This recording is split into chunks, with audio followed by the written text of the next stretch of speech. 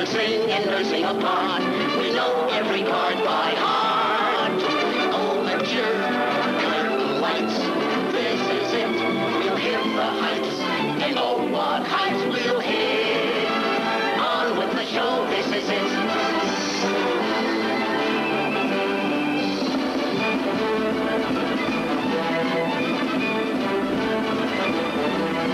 Tonight, what heights we'll hit. On with the show, this is it. This is it. This is it.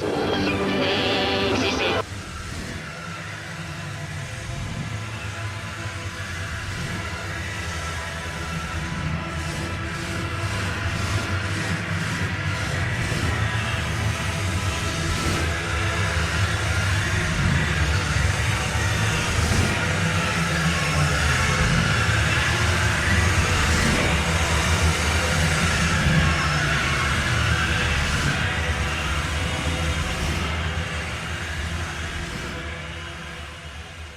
Those pancakes sure look good.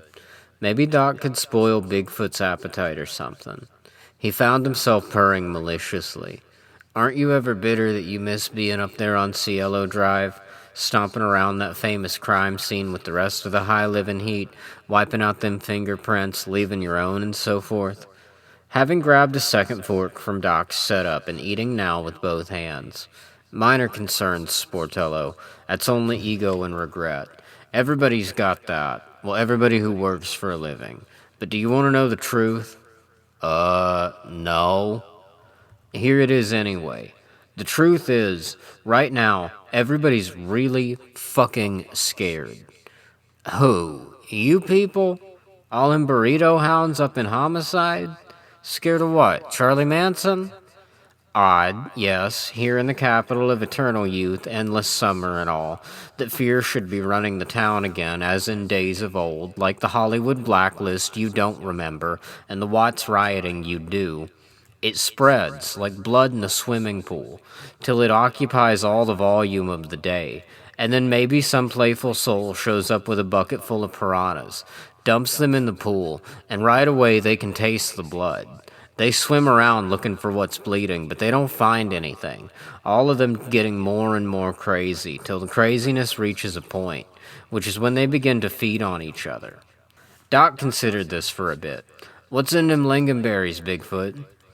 It's like, Bigfoot had continued, there's this evil sub-god who rules over Southern California, who off and on will wake from his slumber and allow the dark forces that are always lying there just out of the sunlight to come forth? Wow, and you've seen him, this evil sub-god. Maybe he talks to you?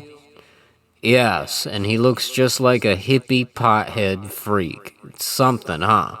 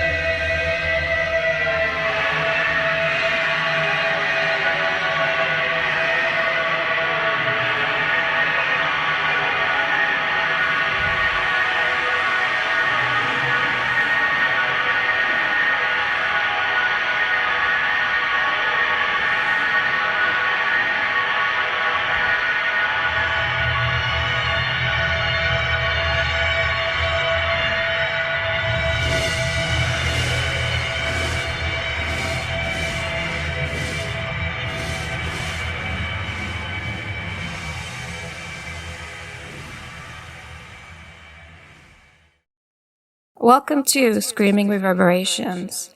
a podcast traversing the histories and context of the work of Thomas Pynchon. And I'm Frank. And I'm Geena.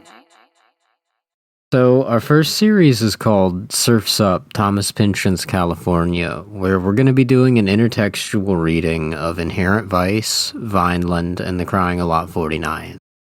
This is the second part of episode 1, titled The Beach Boys, Manson, and the Mafia. In part 1, we established the connections between Inherent Vice and the LA rock milieu of the late 60s, and we started to get into the novel's connections with Charles Manson. In this session, we're going to be zooming out from the Manson family and their sympathetic cousins to examine the Cielo Drive crowd, their intelligence ties, their links to organized crime, and their ties to the far right, and what exactly the fuck that's going to mean in terms of the work of Thomas Pynchon. In our first section, which will deal with the weird scenes inside Cielo, we want to state that we will be describing potentially disturbing scenes of rape and sexual abuse. If you don't want to hear it, please skip ahead. We will provide a specific timestamp in the show notes after the editing has been done. Simply to set the scene, we're going to be getting into the freak scene that was kind of going down at Cielo Drive. And that sort of served as a far ritzier parallel to all of the weirdness that was happening at Spawn Ranch across the valley. So longtime friend of Roman Polanski, Witold Kazanowski, also known in several sources simply as Witold K, had this to say about the Cielo house as told to Tom O'Neill. He says, "I can close my eyes and I feel that it's still 1969. I hear people's voices. I see their faces," Kazanowski said. He was amazed at how the usual indicators of class and status had disappeared in Hollywood at the time, where the most extreme ugliness with total purity was mixed up. This blurriness was the inevitable outcome of the open-door policy they'd all subscribed to at the end of the decade. Quote, "Totally primitive, uneducated people could dress and act like visionary artists. And you couldn't know absolutely who was who. You could have a Manson and you could have a great poet, and it was impossible to make a distinction." Accordingly, Kazanowski remembered so many strange people coming and going from the house on Cielo Drive, where he would sometimes stay with Frykowski for days at a time. "I didn't trust them," he said of the guests. "They walked so freely through the place." He would ask Frykowski who these people were, and the answer always came with degrees of removal. They were friends of this guy, or friends of so-and-so. With that odd kind of vibe in the house, established, we need to kind of briefly get into the reason for that trigger warning, which is a very infamous story by a drug dealer named Billy Doyle. This is how Billy Doyle told his own story to the LAPD. In short, he told the LAPD's Lieutenant Earl Deemer that he didn't remember being raped, but he couldn't be sure. It might have happened anyway. He recalled going over to see Frykowski at the Cielo house on the night in question, sometime in early July. Frykowski, thinking it would be a funny prank, slipped some mescaline into his champagne. Folger and Kazanowski were there too. It was out at the swimming pool, Doyle told Deemer, and there was 2 cases of champagne by the pool. And apparently, Frykowski put some in my drink, and I said, "Jesus, I am high. I am really out of my bird." He wanted something to bring him down, and Frykowski was happy to oblige, producing some pills that he said belonged to Sharon Tate. Doyle swallowed about 8 of them, and soon enough, as Frykowski started to laugh at him, he realized that the pills were something else entirely, and that he was dealing with some wild people. Quote, "They were crazier than hell. I didn't realize they were so crazy. I am using the word crazy. I mean drug-induced crazy. In California, everybody has a tan. Now, if people don't have a tan, they look a little different. You can see things in their faces that a tan covers up. They were all tan and looked healthy. They looked very straight to me when I first got there, and, I don't remember much more than that." End quote. Doyle and his entire friend group occupy a lot of space in Tom O'Neill's Chaos. You'll know that if you've read it. But in an interview that he does with Charles Tacot, who was a good friend of Billy Doyle's that we're going to get into here in a minute, Billy Doyle says, Charles Tacot says that Billy Doyle would run around to these parties brandishing a silver Coke spoon, saying, "I have pounds and pounds of cocaine." I find that interesting because he doesn't say that Billy Doyle had pounds and pounds of cocaine. He just said that he would say this regularly. In Ed Sanders' The Family, a receptionist at J.C. Brink's salon is actually quoted as saying that in the last couple weeks of his life, Jay was complaining that he'd been burned for $2,000 worth of cocaine. And I think that there's probably a good link between those two things. Also, just to note that Doyle said he had the cocaine when there were ladies present. Charles Tacot, which is spelled T-A-C-O-T, was interviewed several times for Chaos and made out to be a dangerous man of mystery by O'Neill. Tacot seems to have been a Hollywood fixer, drug dealer, and possible loan shark, connected to a number of figures in Hollywood. You know, and probably his most legendary friend, or at least like the person that he's most usually associated with, is his friendship with Mama Cass through Billy Doyle and all of these other drug dealers that were kind of associated with Cielo Drive. In the process of doing the research for this, we actually found an association that was either overlooked or not published by Tom O'Neill. It's that Charles Tacot was actually a very good friend of the comedian Lord Buckley, who was sort of like... Basically, his whole shtick was that he was a white guy who talked like he was a black guy. That was kind of his whole shtick. He was actually the favorite comedian of Al Capone. Al Capone set him up with his own club, Shea Buckley, in Chicago, I think in the 30s. He was also, Lord Buckley at least, was also a very good friend of Frank Sinatra's. He had a number of run-ins with Sinatra, and Sinatra highly respected Buckley. Tacot wrote a number of liner notes. Well, he wrote at least one section of liner notes that was repeatedly reprinted. And he served as Buckley's tour manager for a while. He engineered some of his records. And all that's really interesting. And like I said, that was either overlooked or not published by Tom O'Neill. I think, like, for the Sinatra, when Sinatra comes up, we need, like, an ooh you, but, like, I don't know, like a My Way kind of thing. Right.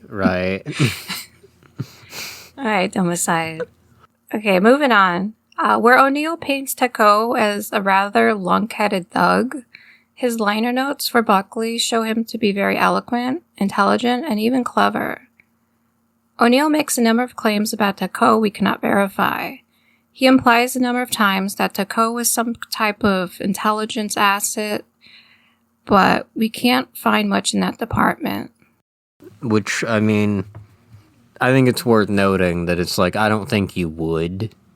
You know, it's not like he was like an FBI agent or something. He was just some guy. Right. Didn't Tacot himself claim that he was military intelligence?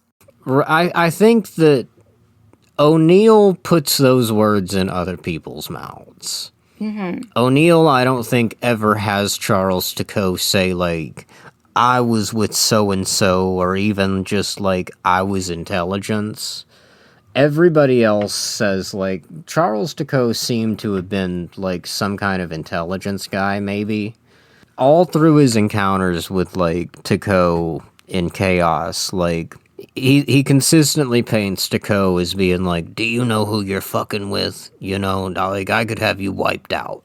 His liner notes don't really paint him that way. Which, I mean, that's not to say that he wasn't that way, but, like, he definitely doesn't seem just like a fucking idiot.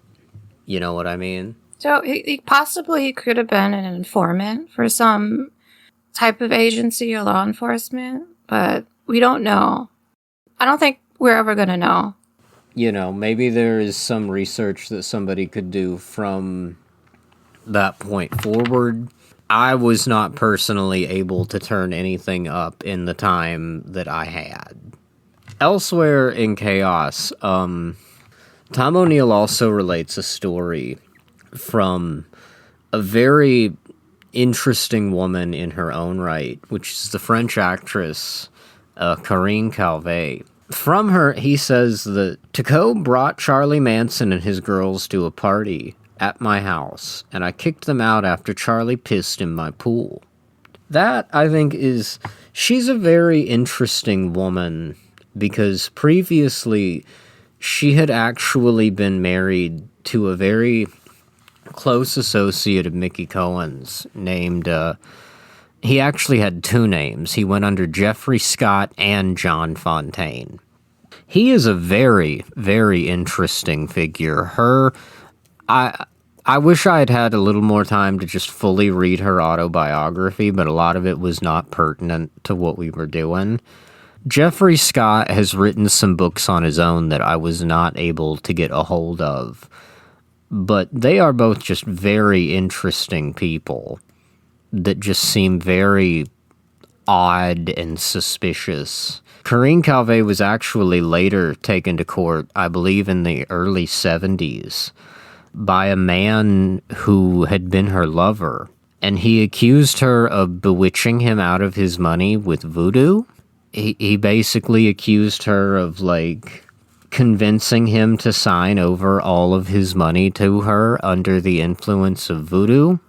And that itself is interesting because it's one of several very odd, highly fucking inscrutable mentions of voodoo in this story. You'll hear a lot in the Manson lore about Charles Tacot and Billy Doyle going to Jamaica, and you'll hear all of these things about, like, I think, like, Roman Polanski himself went to Jamaica to look into some kind of, like, voodoo angle at the murder, which honestly just sounds like a cover story for Roman Polanski going to the Caribbean for sex tourism.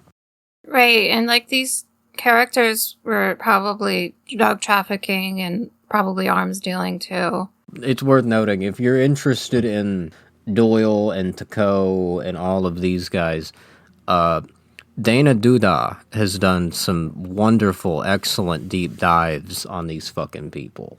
Right. Check out the show Rotting Jewels. Yeah, go check out Dana's work because she's done some really good work on these fucking people. To return to Doyle, Tacot elaborated thusly on his story. This is again from Chaos. In our first phone call, Tacot filled in some of the blanks from Doyle's story. He remembered driving over to pick up Doyle, who was passed out somewhere on the Cielo Drive property. His belt had been split, apparently with a knife.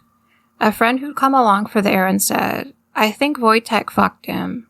They took Doyle, still unconscious, to Mama Cass's place in the Hollywood Hills. Tacot remembered thinking, "If we don't take care of him, he's going to go back there and have a beef." I carried him out, laid him by a tree, went back to my car, and got about 20 feet of welded link chain, which I had in there for somebody else originally. I put it around his ankle, and with the tree, and with a good padlock, and snapped it all together. So I know he's not going anywhere. Cass was in the hospital at the time. She said, "Get the Polaroid, get the Polaroid." Doyle came to a few hours later, still very high and simmering with rage. "I'm going to shoot that motherfucker," Tacot remembered him saying. And I said, No, we're leaving now. We're going to Jamaica. But first, you're going to get sober, and you're going to be on this fucking tree until you are." I asked Tacot, "Do you think Wojtek did fuck Billy?" "Yeah, that's why Billy was so pissed at him," Tacot said. "Wojtek would have been killed if I hadn't intervened." "Would Billy have hired killers?" I asked, thinking of Manson. "No, he would have taken all the pleasure himself." In his interview with the police, Doyle had allowed that he was furious at Frykowski and his set. "When I was chained to the tree," he said, "they were the object of my rage, which was an unreasonable and unnatural rage." To calm him down, Doyle said, Tacot had chained a sign to the tree that said, "You are loved." Doyle was stuck there for more than a day. Just an insane fucking story. Oof. Just a fucking crazy... And I mean, we talked about this, like, in our own time. Just to make a note here, like, on the show, it's like, this is such odd fucking behavior on behalf of everybody. This is... Charles Tacot is supposedly Billy Doyle's friend, enough of his friend that he goes and picks him up from, like, this situation where he's really fucked up. And it's like, you pick up your friend who's really fucked up, who's probably just been raped. And he's very high on a cocktail of God knows what. And then you drag him... Like, Tacot says he has all of this chain there for somebody else. That is wild. You know, like, there's all these weird... You call up your other friend who's sick in the hospital, and you're like, yeah, we've got Billy chained to a tree in the yard, and he's tripping dick on God knows what. And she's like, well, you better go get some pictures of that shit. Get the Polaroid.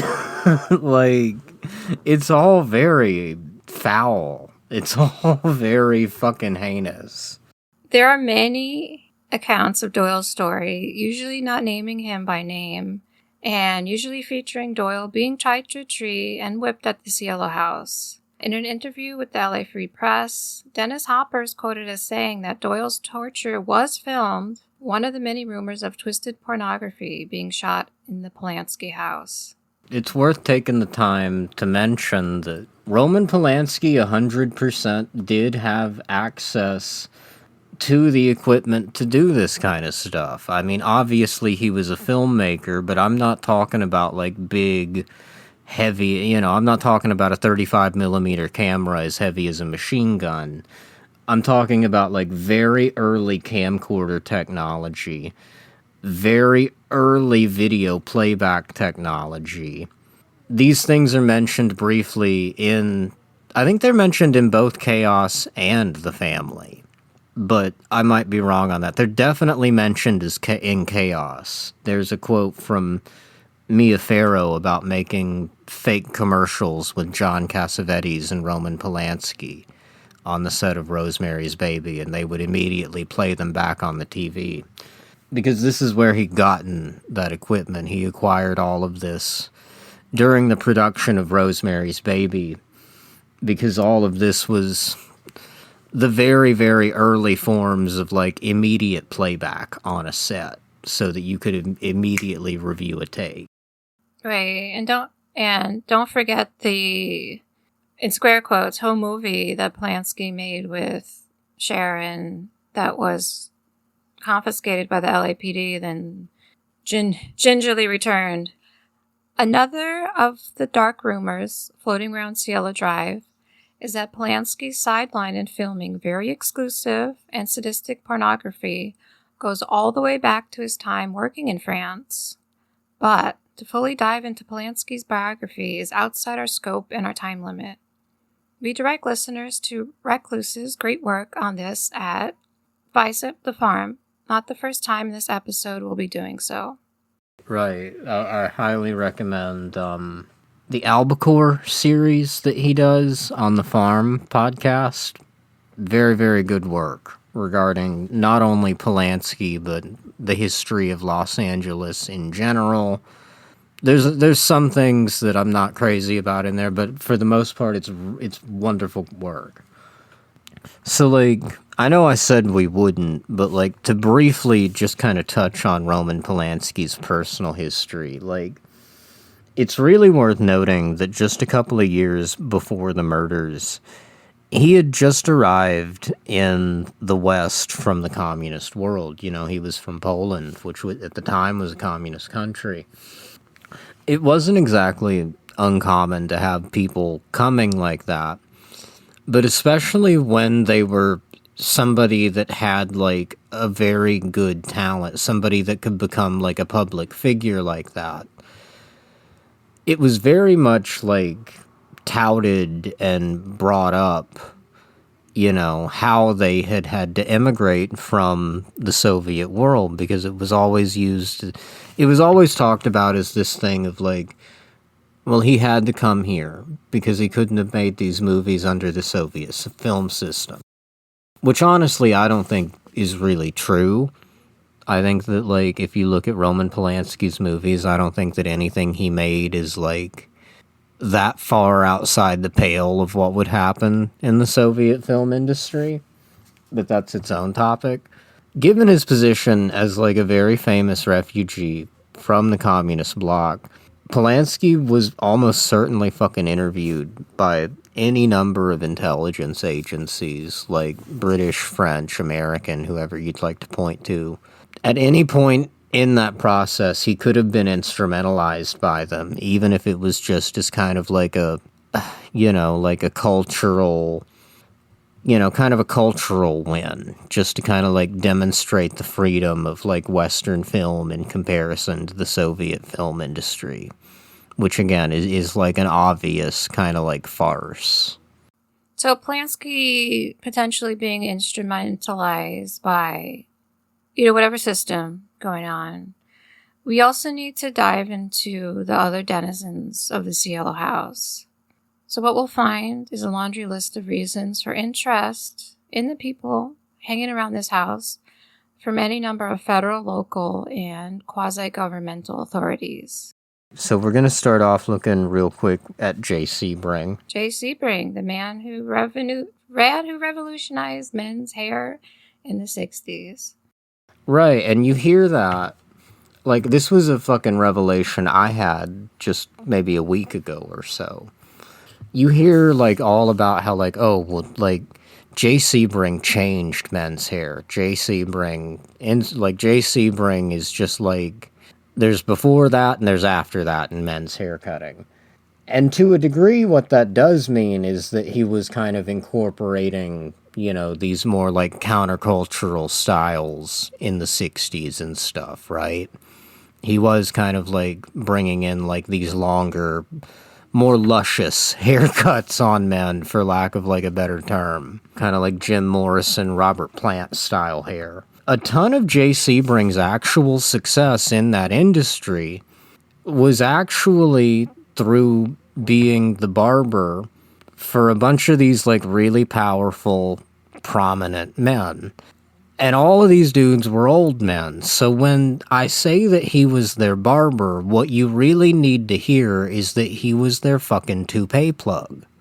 And for a lot of guys, this wouldn't really be a huge thing, but we're talking about guys like Frank Sinatra, a number of mobsters, including most prominently mentioned in Chaos, Charlie Babe Barron, who was based out of Las Vegas. And Chaos goes on to assert that J. Sebring was linked through Barron to the Air Force Chief of Staff, Curtis LeMay. All three of these guys, they're going to come up again. They're going to come up again and again and again in this series. You need to get used to hearing those names. Right, Zoyd LeMay. Right, the big cigar. And Sebring was close friends with Paul Tate, the father of his ex-girlfriend and ex-fiancée.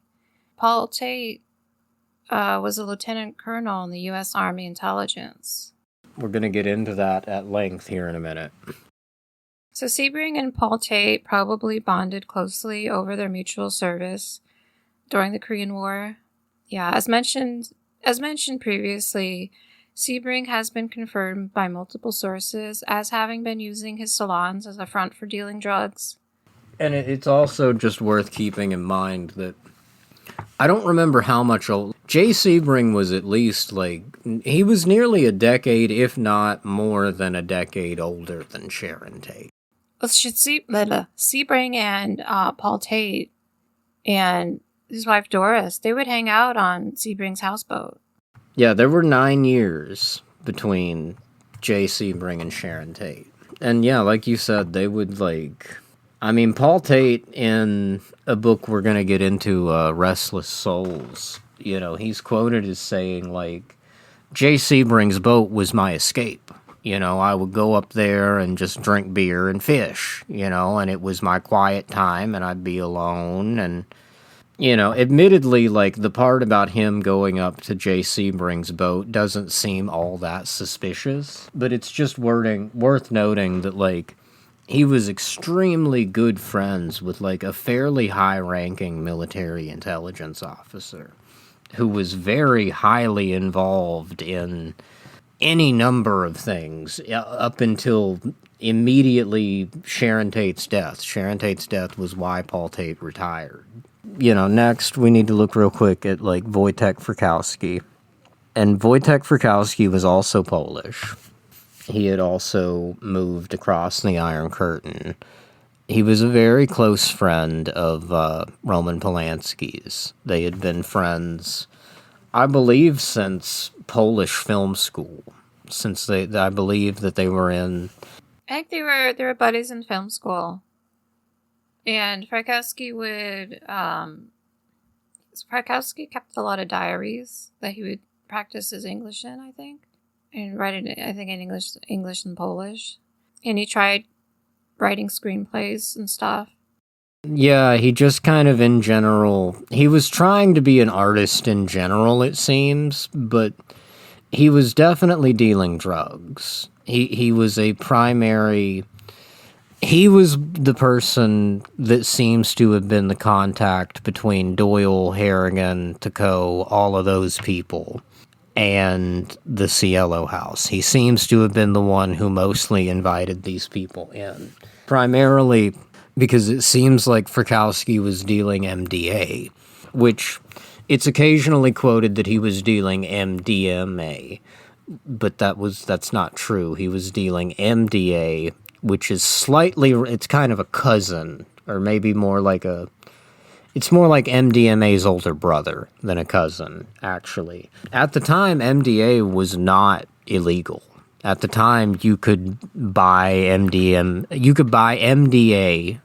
perfectly legally and just move it right in, from what I understand. From what I understand, they were doing it on passenger planes. They were moving it in from very big chemical supply houses in Canada. Yeah, in Toronto was the connection. Right, in Toronto. Was he also dealing synthetic mescaline?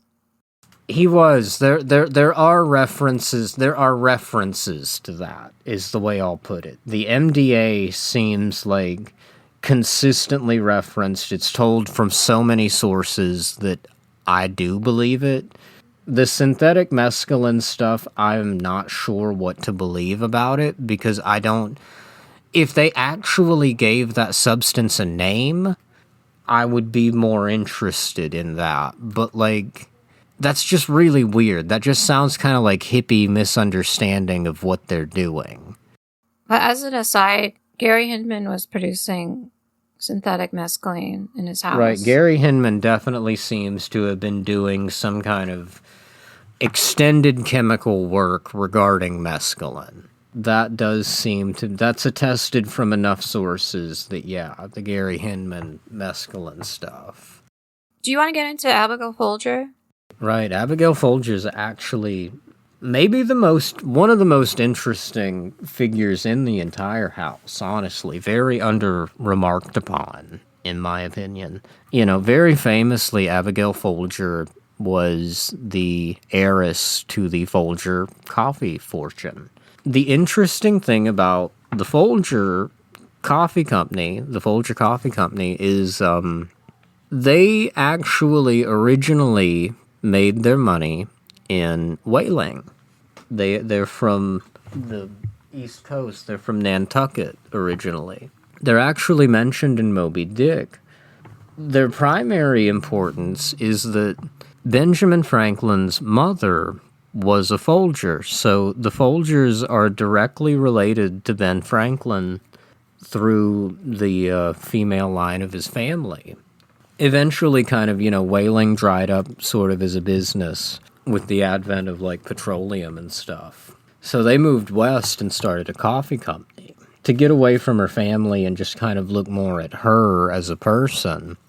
Abigail Folger and her mother both, actually, they had both donated a lot of money to the Haight-Ashbury Free Clinic, which, if you've read Chaos again, you will know was immediately connected to CIA mindfucker Jolly West. I I would recommend Wendy Painting's Aberration in the Heartland of the Real if you really want some dope on him, and if you've not read that. Yeah, they were very closely connected to the Haight-Ashbury Free Clinic because the Folgers were actually a San Francisco family. And there are stories about Gibby Folger meeting Charles Manson at a Haight-Ashbury Free Clinic gala sometime in 1968. This is sort of one of those things that's whispered about, you know, it's one of those things in the lore. And almost all of the people in the Cielo Drive milieu seem to have been involved to some extent or another in John Sinclair's White Panther Party, which was sort of the white man's Black Panther Party. I mean, it was what it sounds like. It was, you know, the white branch of the Black Panther Party. And all of those people had been introduced to that through Abigail Folger, apparently. So other than the Haight-Ashbury Free Clinic and the White Panther Party, Abigail was also involved in LA politics. Right. She had spent most of the year before her murder heavily involved in Tom Bradley's first bid for mayor of LA, which he didn't win. But he would run again in 73, and he would win and remain mayor for several years, for quite a while, if I remember correctly. Tom Bradley is a notable man because he was actually LA's first black mayor. And even aside from that, he was actually LA's first liberal mayor, period. There had not been a liberal mayor here ever up until him. You know, he's a relatively... I think he's dead now. He's definitely dead. He was born, like, before World War I. He was sort of like a very mild Democrat. He was not some kind of screaming radical. I believe he had formerly been with the LAPD. He spent a lot of his career being repeatedly hassled by the LAPD. You know, one of the most notoriously fucking racist police departments in this fucking country. To the point that, like, in 1981, the LAPD's PDID unit, and they're going to come up again, too, it would be revealed that the PDID unit had been engaged in a several-year-long campaign of surveillance against their own mayor and his office. And they had been following Bradley around and keeping files and following people who worked for him. And all of this was related to a labor dispute in the wine industry, actually, in vineyards. Just an aside, PDID is PDID, in case you want to do research on your own. Just good luck, there's not much on the internet. There's some, but yeah, like, the thing with LAPD history is that, like, it is consistently sanitized. I mean, Tom Bradley had dealings with... Tom Bradley had a bad relationship with the PDID anyway. We're going to get into the PDID in their own time. Right, we will. I don't even want to get there yet. With that said, all of this would put the Cielo house in an excellent position to be surveyed, not only by the FBI's infamous COINTELPRO, but also possibly the CIA's Chaos program, given its focus on rooting out a foreign agenda behind the 60s counterculture, and also just general LAPD surveillance, which at times can be even more sinister than the other two organizations. Right. There are a lot of times that you will be reading this, and the LAPD definitely seem to be a more frightening organization than, like, the CIA or the FBI, which is a weird thing to say, but I think anybody that's done the reading can confirm that if the LAPD doesn't outpace the other two, they certainly run exactly equal with them. Yeah, scary shit. Right. Like, the LAPD scare the fucking shit out of me. I say that as a man living in a city with them. Anyway, just to change the subject. Right, change it. Frankie. Geena. Do you know what the best part of waking up is? Maxwell House? No, Folgers in your cup. There we go. Within a room I can do brighter day for me and you. The best part of waking up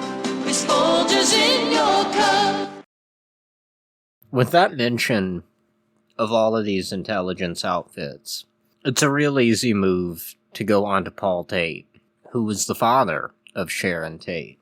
He features pretty heavily in parts of the Manson mythos, not all of them, but some of them. You can usually tell that something's doing a very good deep dive if Paul Tate is discussed at length. As we mentioned before, Paul Tate was a U.S. Army military intelligence officer. He ended his career at the rank of a lieutenant colonel. He retired immediately after Sharon's death. He immediately resigned his commission. He was actually stationed at a number of interesting places throughout his career. He served in Korea as an artilleryman, and then he got home from Korea in 1954, and he wound up stationed near the Hanford Reactor Complex, which is in Washington. And they actually wound up irradiating, like, huge portions of the Columbia River there. It's a Superfund site now. At the time, the Hanford complex was protected by a battery of U.S. Army Nike Hercules missiles. This is the beginning of Tate's association with the U.S. Army missile program, which seems to be the guiding light of his career in the military. Ed Sanders touched on this briefly in The Family and Sharon Tate Alive, but we believe we can add some interesting notes to his work in that regard. So, to kind of elaborate on that stuff, from Hanford, Tate was actually moved to Verona, which is located in the extreme northeast of Italy. It's not too far from Venice, actually. It's sort of inland from Venice. Ed Sanders connects this work to missile batteries that were in Verona at the time, and there were indeed all of these missile batteries in Verona. All of this was the U.S. Army under NATO, ultimately. However, a lot of this was unknown at the time that Sanders was doing a lot of his research. Verona was actually a pretty key portion in the U.S.'s involvement in Gladio, and a lot of, like, Cold War continuity of government type operations. And it played a very important part in all of that because Verona in particular is not far from the Yugoslavian border, what was at the time the Yugoslavian border. The area of Verona actually played host to two separate massive NATO bunkers, highly classified at the time of their construction, with both remaining militarily operational until the mid to late 2000s. We got the Western Star bunker, located 18 miles from Verona in the city of Affi, and the Blackyard bunker, 5 miles from Verona in the city of Grazzana, with a number of smaller support bunkers scattered throughout the province. And both of these bunker complexes are like full-blown Doctor Strangelove, post-apocalyptic continuity of government command centers, basically. These are able to house up to 500 people, both of them, so a grand total of probably around 1,000 people, for 15 days without any external support. Western Star was actually one of the first dedicated NATO communication centers. That was what it was used for outside of its, like, post-apocalyptic possible use. It was used as a communication bunker.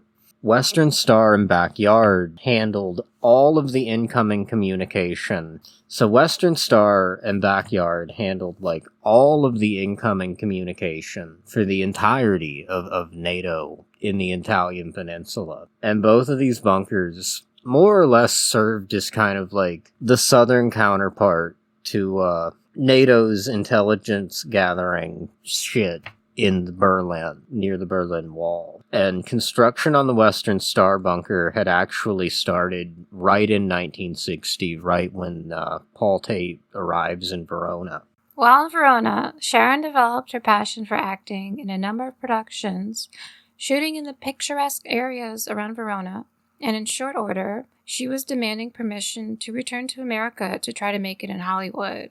Paul seems to have eventually caved into this, on the condition that the family returned with her, and in February of 1962, he transferred from Verona to Fort MacArthur in the port of San Pedro in South Los Angeles, with the Tate family moving into the extremely high-ticket neighborhood of Ranchos Palos Verdes, which is notable in the text of Inherent Vice as the neighborhood that Crocker Fenway and his family call home. Yep. Shout out to Japonica.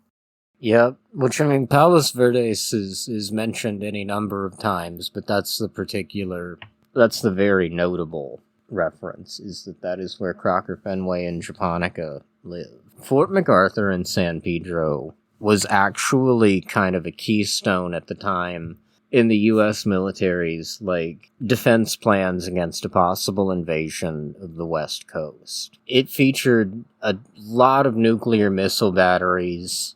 Originally, it featured a very large artillery battery, like a cartoonishly large artillery gun. Again, if you note that, it's a key feature in these possible defense plans, a lot of Paul Tate's postings really seem to ultimately involve kind of the theme of continuity of government. A phrase I've been thinking about with him consistently is that his work seems to involve a lot of preparation for the day shit hits the fan. Around the time of his transfer to Fort MacArthur, a number of U.S. military facilities were actually in the process of replacing what was called their missile master facilities.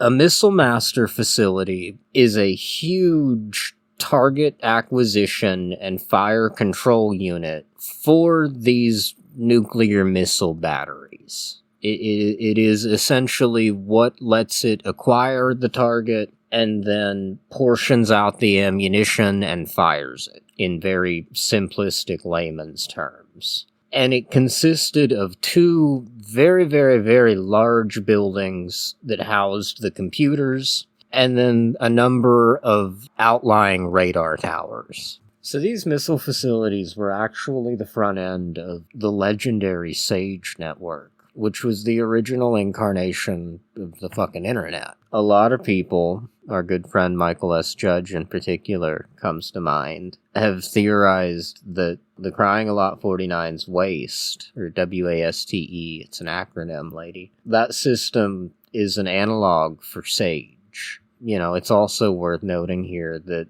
the missiles that these systems fire, these things are obviously the direct children of the V2 from Gravity's Rainbow. What was happening with these missile master systems was that they were being replaced by a technology that had been developed by Hughes Aircraft. And that was called very, very fucking handily. This is very easy to remember. It's the AN/TSQ-51. And that got approved by the Department of Defense in 1963. And what that actually is basically, it takes the entirety of that missile master system, which again, it's several buildings and these permanently situated radar towers, and it reduces it down to a system that can fit in a semi-trailer, and you can haul it around with a truck. In layman's terms, you can basically jack it into a phone line. You can plug it into the phone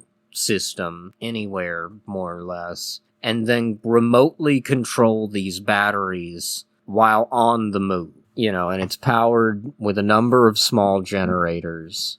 And really, ultimately, it seems to me that working with something like that, where you can just take this entire missile control system and then haul it around in a fucking truck and control it anywhere, that seems to be the logical conclusion of a lot of what he's been doing. That's the logical conclusion ultimately of the idea with these NATO bunkers and stuff. It's well, hell, we don't just need to just sit somewhere. We can go anywhere. We don't need to be a target on a map.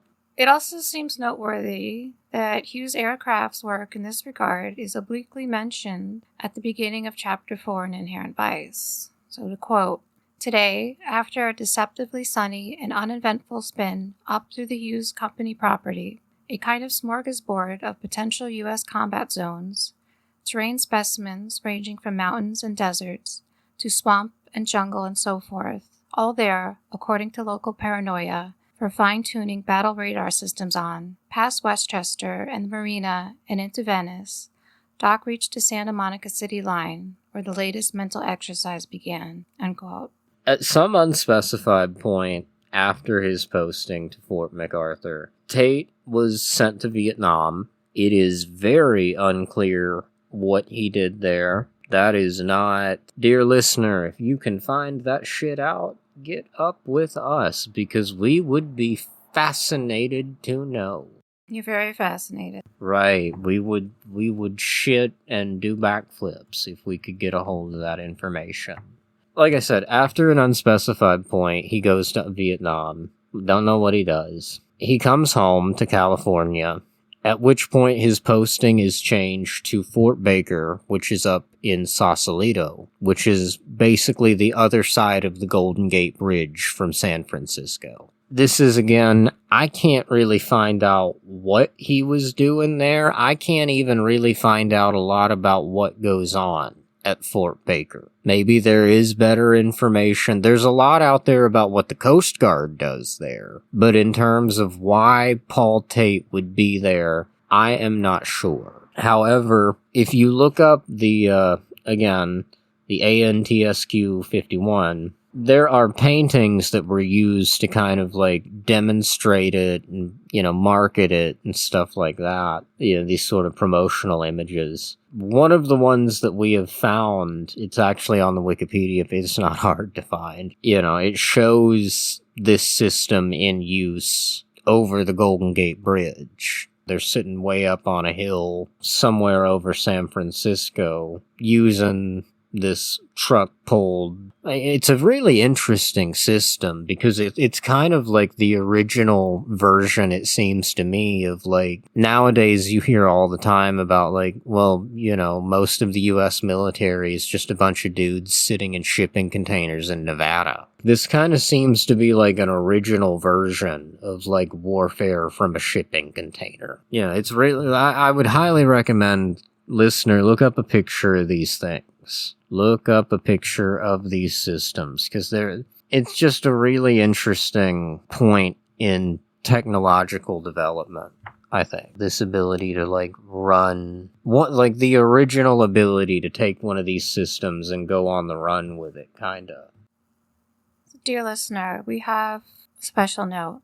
While the CIA is often used as casual shorthand for any intelligence agency or law enforcement intelligence division, particularly in period literature and oral histories, these agencies can actually run the spectrum from local, state, or federal police intelligence, federal agencies, military agencies, and even private intelligence organizations. Paul Tate has occasionally been referred to as, quote-unquote, CIA man, and even though we've used the Fug song because we like it, Paul Tate was, as stated before, military intelligence, specifically the Army. Right, and military intelligence in particular tends to come into conflict a lot with the CIA, and historically this has a lot to do with the fact that large parts of what was originally military intelligence's job has slowly been given over to the CIA. And the CIA, as far as military intelligence is concerned, in some cases, the CIA has kind of stolen military intelligence's thunder. So another note, individually and as a community, let's try to be specific in naming these things, because while the CIA and military intelligence share many of the same functions and operations, often in direct conflict with each other at some point in any given story. Because, a thing that you have to remember with a lot of this stuff is that, like, a lot of these, obviously, these intelligence organizations ultimately grow out of intelligence networks. That can sound like a really shadowy, abstruse thing sometimes. But a really good way to think about an intelligence network, I've learned, is just to think about it as a bunch of fucking file cabinets. Think about it as a bunch of fucking filing cabinets with a bunch of very important information in it. And that's all an intelligence network really is. Somebody needs your file on something or somebody, you just take it out and you scan it, and hey, you send it to them. That's the intelligence network. You know what I mean? And a lot of these things are based just on individual dudes with a fuck ton of files. You know, if you've ever read Tree of Smoke, a lot of it kind of reminds me of like the Colonel's files in Tree of Smoke. You know, he's got his legendary file cache that weighs like a ton. And it's like unreadable. It weighs a ton and it's all index cards. Yay. It's a classic book. Absolutely. Great book. One Please of read it. Collective favorites. Yes, please read Dennis Johnson's Tree of Smoke immediately. To get back to our story, as we mentioned before, Paul Tate resigned his commission with U.S. Army Intelligence almost immediately upon the death of his daughter. Restless Souls, a book written by Paul's granddaughter, features lengthy, although slightly dubious interviews with Paul, which certainly portray him as an extremely steely military lifer. In his interview with his granddaughter, Paul Tate describes arriving at Cielo Drive within a fairly short time of the bodies being discovered. Here, can I say something and you can tag it into the end of that? Sure.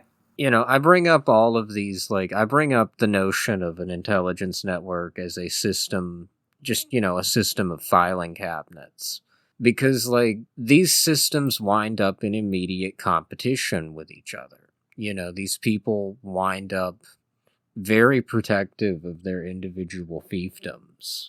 You know, and a lot of times it's very similar almost to corporate history in a way when you start getting into these file systems and all that stuff. I'm going to mention it again soon, but a huge shout out to Line Cook's A Partial History of the List. If you can find that document, dear listener, get a hold of that shit. That is the real dope. That stuff is really good as far as anything like this is concerned, you know, and especially about the way that these things can kind of jostle for position. You know, each one of them sort of wants to be the favorite file system of whoever. They all want to be used more than the other files. But, you know, to get back to Restless Souls, which is like, that book seems to have a mildly controversial reputation in the community. At least in terms of, like, I wouldn't even say of any community I'm involved with, just like the nutjob Manson people. You know, people who post on websites called, like, mansonblog.com and shit. Ooh, you. Ooh, you. I know, let's not start beefs. Right. We're not starting beefs.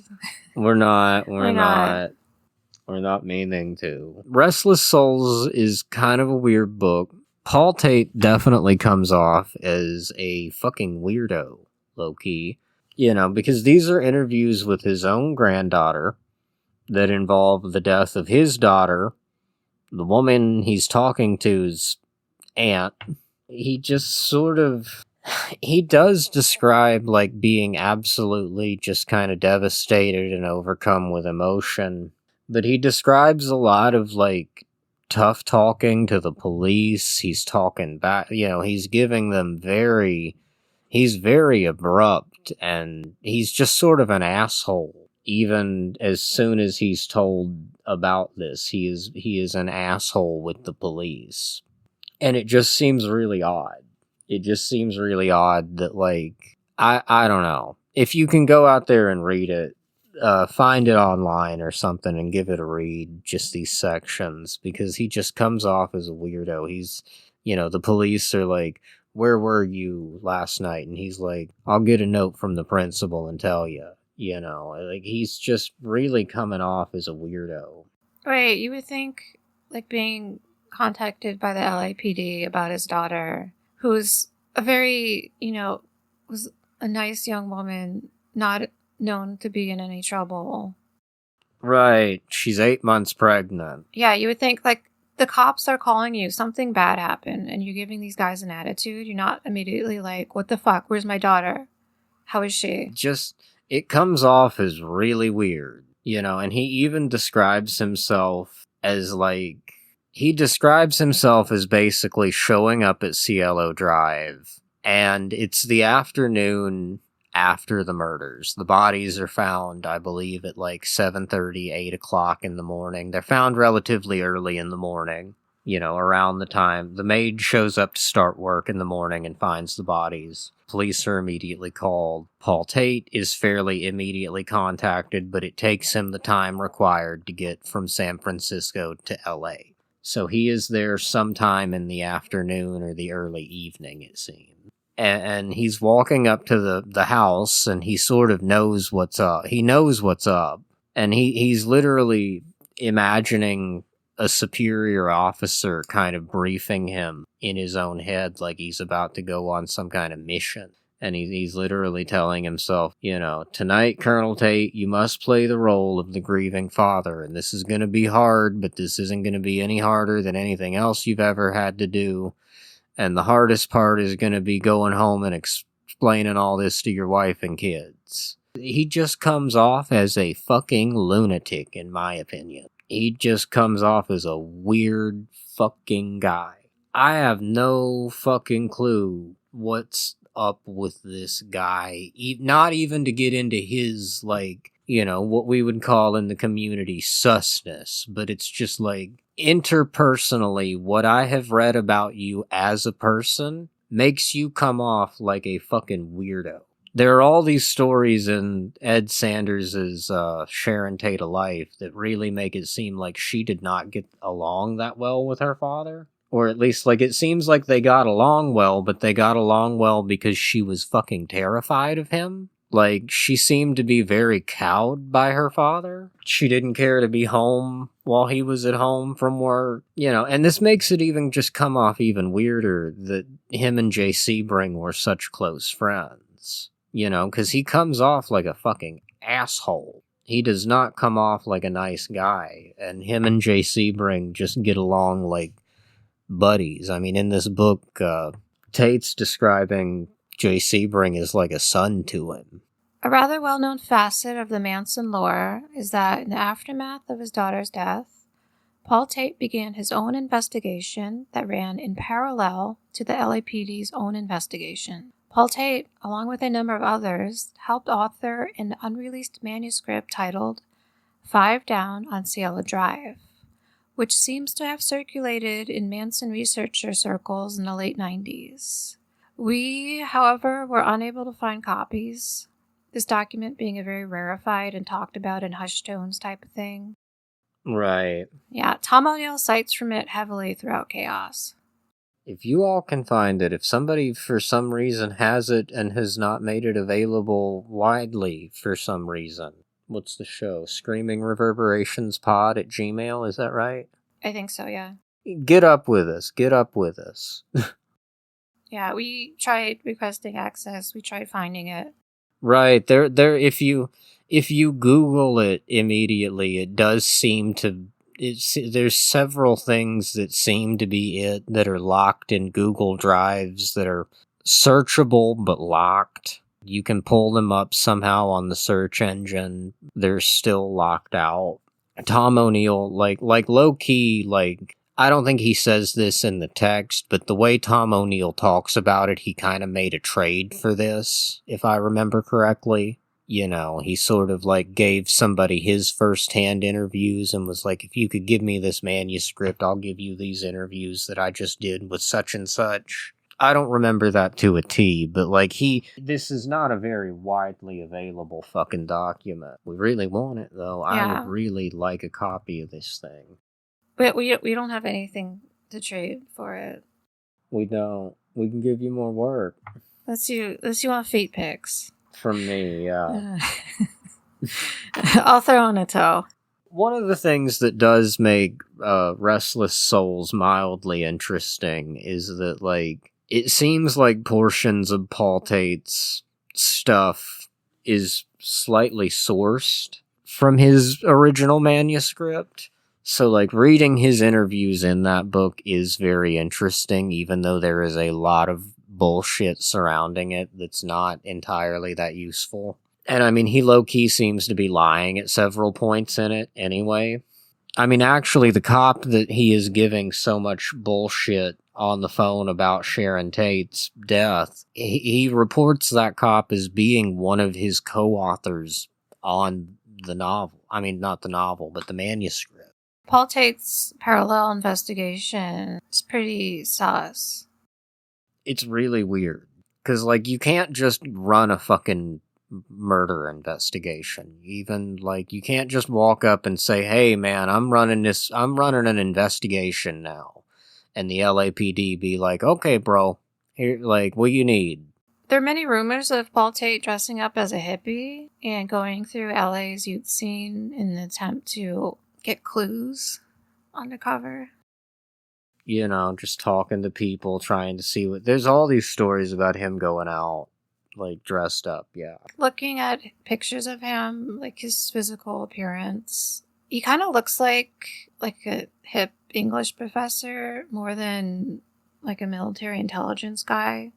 He doesn't really come off as, like, a guy who probably... Like, if you look at pictures of him, yeah, he doesn't really come off as a guy who just probably came back from running, like, a top-secret NATO bunker. He looks like a beatnik, kinda. And, I mean, that seems really to, like, kind of ring a bell with, like, Inherent Vice's multiple mentions of, like, all of these guys that are hippies who aren't really hippies. Doc always seems to be running into some guy who's, like, acting like a hippie, but he's not really a hippie. I mean, even Doc is kind of acting like a hippie, but he's not really a hippie in a way. He's a hippie who's packing.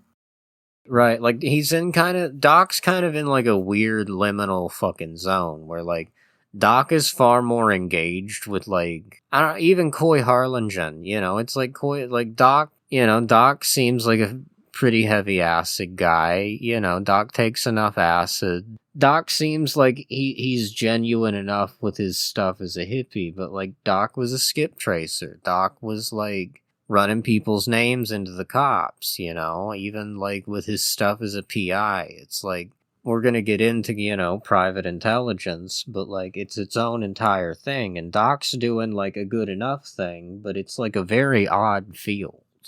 Yeah, I mean, how many hippies take speed reading courses? Maybe there are. Maybe there's a hippie speed reading community out there. I don't want to start beef with you guys, if you're listening. Paul Tate's investigation seems to have been official enough that the LAPD seemed to have been sharing physical evidence with him.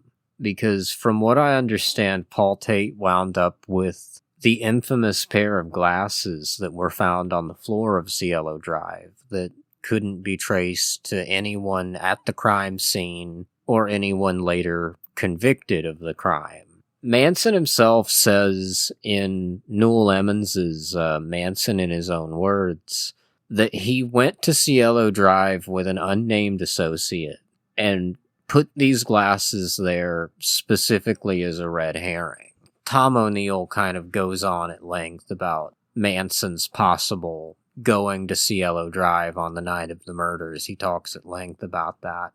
I kind of believe it. I believe it, I'll say it, yeah. Because I have a long-running theory that, like, Charles Manson doesn't really, like, tell all that many fucking lies.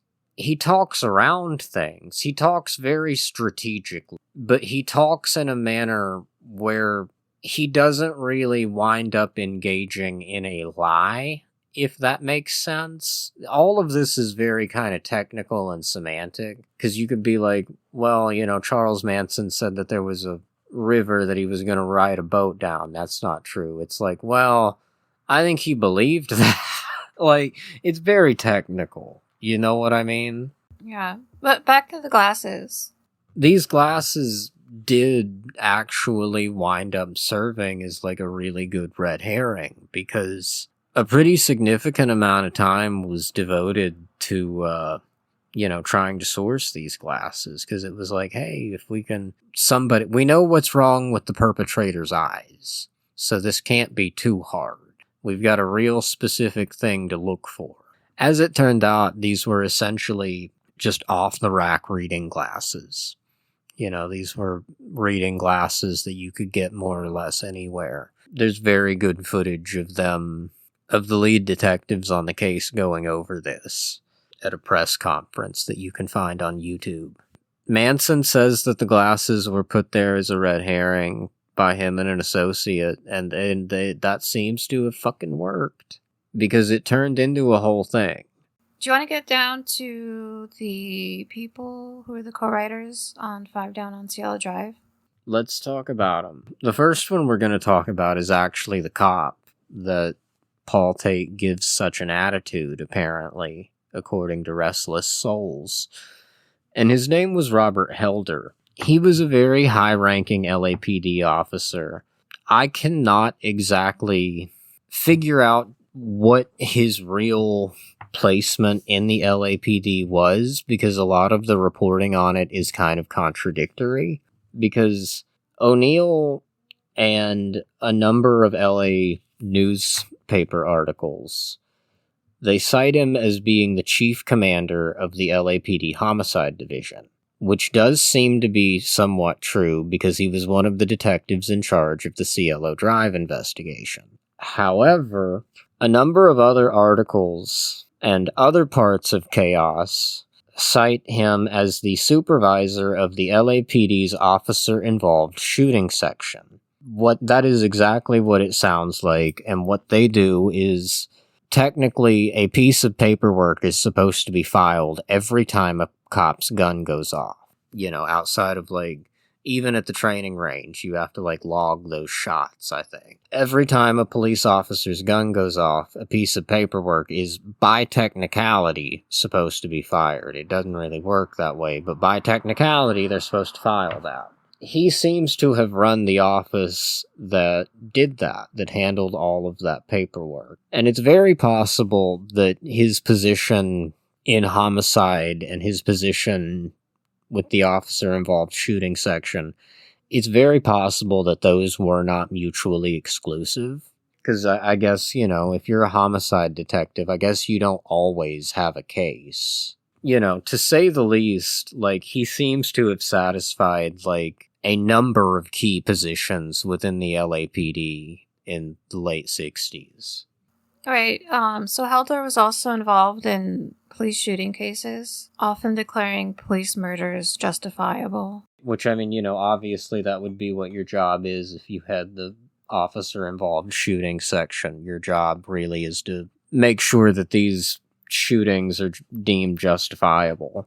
In, one particularly egregious case, Helder helped clear an LAPD officer in August of 1967, who burst in on 2 young black brothers sniffing glue, whereupon the officer shot the older of the two, 15-year-old Langley Fowler Jr., dead. So Helder, like I said earlier, was leading the LAPD's investigation of the murders at Cielo Drive. And he was assigned to that case, fresh off of working on the investigation of the murder of RFK. And he was very highly involved in all of that, including the prosecution of Sirhan. He was working in very close collaboration with the very far-right district attorney of Los Angeles at the time, Evel Younger. And that is a name you are about to get sick of fucking hearing.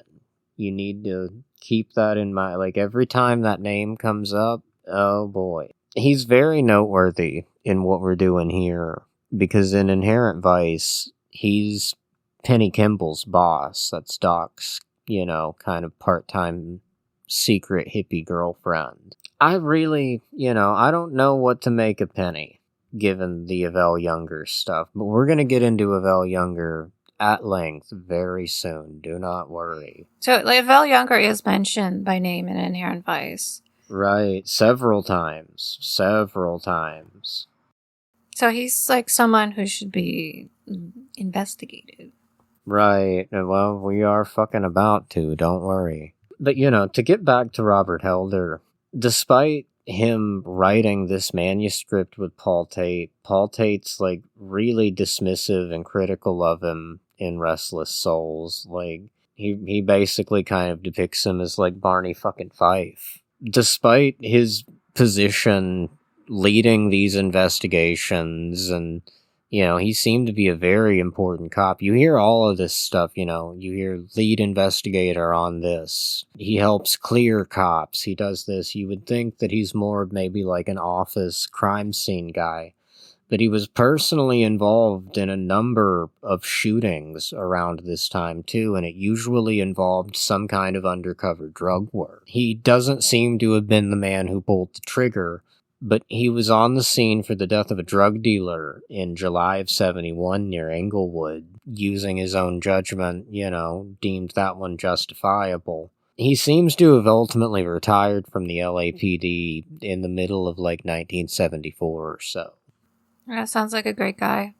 Right. Sounds like a fucking peach of an individual, right? So another person listed as co-writer on Five Down is FBI agent Roger Frenchie Lajeunesse, who O'Neill cites as working on the Cielo Drive murders in an unofficial capacity. So, Lajeunesse was a senior LA area FBI agent, and a lot like Helder, he had recently been working on the assassination of RFK.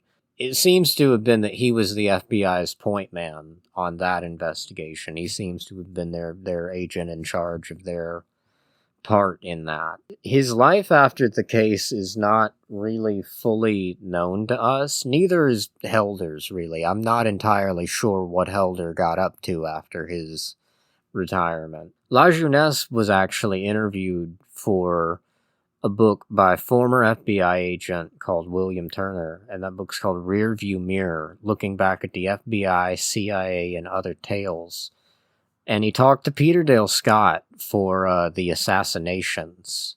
And a number of other internet sources have indicated to me that he was somehow involved in the D.B. Cooper case. I had that reference and then could no longer find it, but I promise you it is there. But we don't even have the time. We should not get into D.B. Cooper. I know. No, don't even mention it. Right, you love D.B. Cooper. I love the whole rabbit hole around it. Right, it is a good one. Maybe someday we will do that. Getting back to Helder, I wanted to make, while you were talking, I wanted to interject with the joke about, him doing Helder Skelter. That's good. That's good shit. No, it's not. No, it's not, and I'm keeping this in. I'm not editing it out. So we kind of left off on our list of Paul Tate's collaborators on Five Down on Cielo Drive. Probably the most storied one of those people is Reeve Whitson, who is the center of a huge amount. He's the center of a huge amount of chaos. I would argue that, to a degree, a lot of chaos I would say that, a lot of chaos radiates outward from Reeve Whitson, or at least, O'Neill's research into him. In this list of people that we've been talking about, Reeve Whitson's easily the most shadowy out of these three guys. He had a lot of contacts in Hollywood. He had a lot of contacts in show business in general, even on Broadway and in theater and stuff. He had a lot of fucking contacts in politics. He claimed to have started his career as a bodyguard for Dwight Eisenhower, but that doesn't really seem... I'm not going to say that is not true, because there are actually things that do indicate that he had some association with the Eisenhower administration. I could not verify that in a newspaper article or some shit written in a book somewhere. I couldn't read anything other than Reeve Whitson claimed he worked. I couldn't read anything that wasn't qualified with the term claimed. Right. But he probably did like Ike. Most certainly. O'Neill does repeatedly claim that Reeve Whitson was CIA. O'Neill sort of repeatedly is I think he might be, but I don't want to say it. I think he might be, but, he sort of plays his weird Tom O'Neill game. And I admittedly couldn't find anything that it directly said, Reeve Whitson was CIA. Hopefully we can, sort of extend O'Neill's research into Reeve Whitson with sort of, some of the shit we've dug up. Seems like there was some type of alphabet soup associated with him. Right. He was definitely something. He's repeatedly claimed as, a con man. If he was a con man, he strikes me as one of the world's most successful con men. one of the books that we've sourced a lot of this from is a book called, let me pull up the cover so I don't misquote it, because this lady's got a weird name. It's not a weird name, but it's long. This is from a book called A Strange and Wild Place. A lot of this information, I don't think we're really going to quote from it at length too much, but there is actually a whole chapter about Reeve Whitson in it at the end. It's by Sandra Macpherson, Macpherson. She married her psychology teacher, who was like 30 years older than her, and then he inherited like a Scottish manor in the middle of buttfuck nowhere in Scotland. Like nowhere. And they kind of take over this house. If you have read Chaos, there is a reference in Chaos to Reeve Whitson wanting to start a Brigadoon theme park. This is the source of that story. This lady's estate seems to have been what he wanted to turn into Brigadoon. You know, and she sort of asserts that he seemed like a con man. We're about to get into this long list of people that he knew and associated with. And I don't really just think that, like, all of these people got conned. That just doesn't make any fucking sense to me. Because we're about to get into, like, a long list of, like, rather notable people. And they're all like, yeah, Reeve Whitson was weird. Whitson circulated freely throughout Hollywood, with both O'Neill and internet sources claiming a number of his famous friends, including John Irving, a British director, probably best known for his work on the BBC's 1970s miniseries adaptation of Tinker Tailor Soldier Spy, who himself claimed to have connections to MI5, and who claimed to have met Otto and Ilsa Scorzani through Whitson. John Raitt, theater star, father of Bonnie Raitt, and one-time leading man for Terry Melcher's mother, Doris Day. Leon Uris, author of the Zionist equivalent to Gone with the Wind, Exodus. And maybe most interesting of all, Whitson's entertainment friends, and again, a connection ignored by O'Neill, Art Linkletter. Art Linkletter was, Linkletter, I guess. I'm not sure which way you would pronounce that. It's just, he was kind of like a cornball TV host from sort of the golden age of TV. I mean, he literally hosted a show called People Are Funny, if I remember correctly. Wow, that's fucking mind-blowing. He was a long-time conservative activist. He was a friend of both of the Reagans from their Hollywood days. He worked with both Nancy and Nancy and Ronald, like in movies, independently of each other. He had 5 kids, most notably Diane Linkletter and Robert Linkletter. And they are really notable. This is an entire side riff we have to kind of go on in the Reeve Whitson story. So Reeve Whitson's friend Art Linkletter's daughter, Diane, actually died in the immediate aftermath of the Manson murders in October of 1969 under highly suspicious circumstances. These are actually, it's a pretty legendary story in its own way. You've probably heard this story and not known it was associated with her. She was the girl who supposedly took a hit of acid and said, "I can fly," and then jumped out of a 6-story window. And immediately, she died. The only person present at the scene of that was a man who would go on to later be the only person present at the apparent drowning of actress Carol Wayne in Mexico. This happened in the 80s. So just a really weird set of circumstances that she died under. And that story would later be told in schools throughout the country by the DARE program. I think that's definitely where I heard that story, I think. The story of Diane's death, it got told by DARE repeatedly. And DARE is really interesting here because DARE was actually co-founded by Daryl Gates of the LAPD. And he wasn't just a member of the LAPD, he was a member, actually I believe he headed the PDID squad for a number of years. And again, the PDID squad are going to come up again. We've yet to fully unpack that reference to the PDID in Inherent Vice, but we are most certainly getting there. Art Linkletter's son, Diane's brother Robert, is actually one of several popular choices for the identity of the Zodiac killer. Ooh. Ooh, wee, ooh.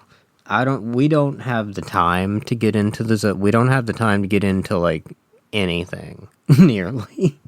We have the time to get into what we've got. Mm-hmm. Even aside from that, I am nowhere near an expert on the Zodiac case. I saw the movie. Right, I've seen the movie. I don't know about the movie's basis in history, but it's a good movie. I like Jake Gyllenhaal and Robert Downey Jr. in it. They give very good performances. It's pretty well directed. Most notably here, Robert Linkletter was actually involved in a number of patent filings for child-proof medicine caps, push and twist medicine cap type stuff. Whitson in Chaos, Tom O'Neill cites this very long list of financial schemes Reeve Whitson was involved in, and one of them actually is that he was involved in child-proof medicine caps. It would seem like their involvement together would maybe stem from that. I don't know. He was involved in, like, any number of these just absolutely cockamamie financial dealings. You know, again, like in this book, A Wild and Strange Place, she lists any number of names. It would take me like 15 minutes just to sit here and list the names that she associates with Reeve Whitson in this part of the book. I think Art Linkletter is mentioned as one of the people that he wants to get involved in this theme park. We might do like a little Reeve Whitson special at some point. I don't know. Just a little thing. I don't know. The Reeve Whitson Power Hour. Right, the Reeve Whitson Hour of Power. It's coming soon, surely. You know, I can't recommend enough. The whole book is not that great, but if you just get a strange and wild place, and Control F Reeve, you will have a very interesting time. It is a very interesting, entertaining little piece of reading. You know, we're kind of done for now with his friends in, like, the world of entertainment. And we have to get into some really kind of complex stuff and start talking about his friends in the world of politics. And again, like I said earlier, in McPherson's book, she sort of cites that he claimed that he was a bodyguard for Eisenhower. At some point in the mid to late 60s, Whitson actually became involved in a financial company called the Grand Prix Model Corporation, which was based out of New York. The following quote is going to be from a book called Team Lotus, The Indianapolis Years. That's by Andrew Ferguson. It's got an introduction by Mario Andretti. This book sort of details the British Lotus car company. They sent a team for a number of years to the Indianapolis 500 and sort of dominated the racing dominated that in the late 60s, at least at the Indy 500. With that being said, I'm going to let you go ahead and take it away, because this is really good stuff.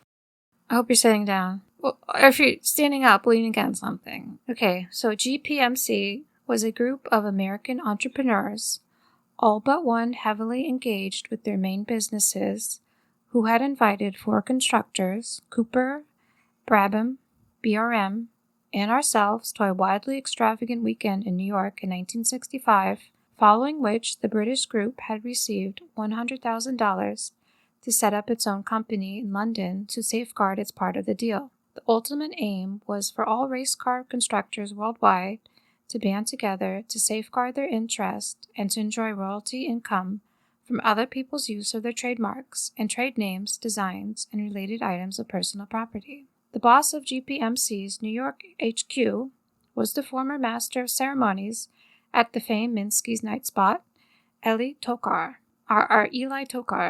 His fellow vice presidents included Major General Perry Housington II of Executive Jet Corporation, millionaire J. Elroy McCaw, one of whose projects had been to provide New York with cable TV. Elroy had commuted weekly from his home in Seattle for many years, initially by sleeper Stratocruiser, the early upstairs-downstairs aircraft. Also involved was former President Eisenhower's Secretary of the Treasury, Robert B. Anderson, and General Curtis E. LeMay, famed as Bombs Away with Kurt LeMay for the part he played in the Second World War, in particular his planning and personal involvement in the atomic bombing of Japan. As Secretary of the British Company and liaison man for both concerns, I was in New York to attend the toy fair and meet various manufacturers there. 2 days later, I was in Hollywood, staying at the Continental Hyatt on Sunset Boulevard to discuss a projected film about Team Lotus.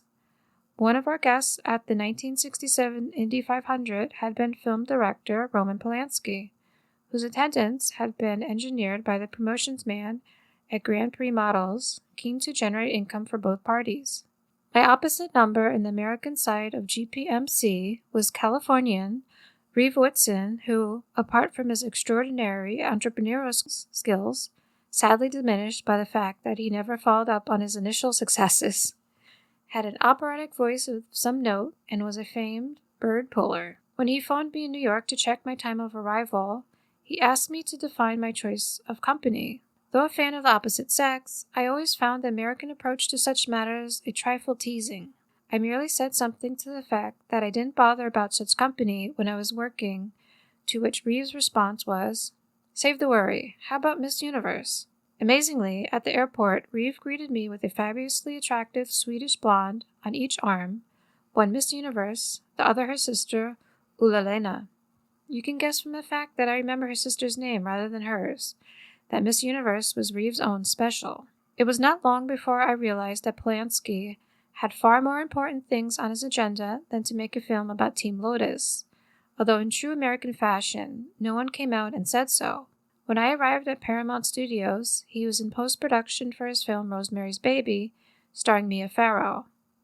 He invited me to an afternoon sound dubbing wherein one of the actors, it may have been Farrow, merely had to say the single word goodbye to a couple outside a hotel in New York. We all sat in almost total darkness while Roman willed the actor to get the tone he wanted, the piece of film being run over and over again.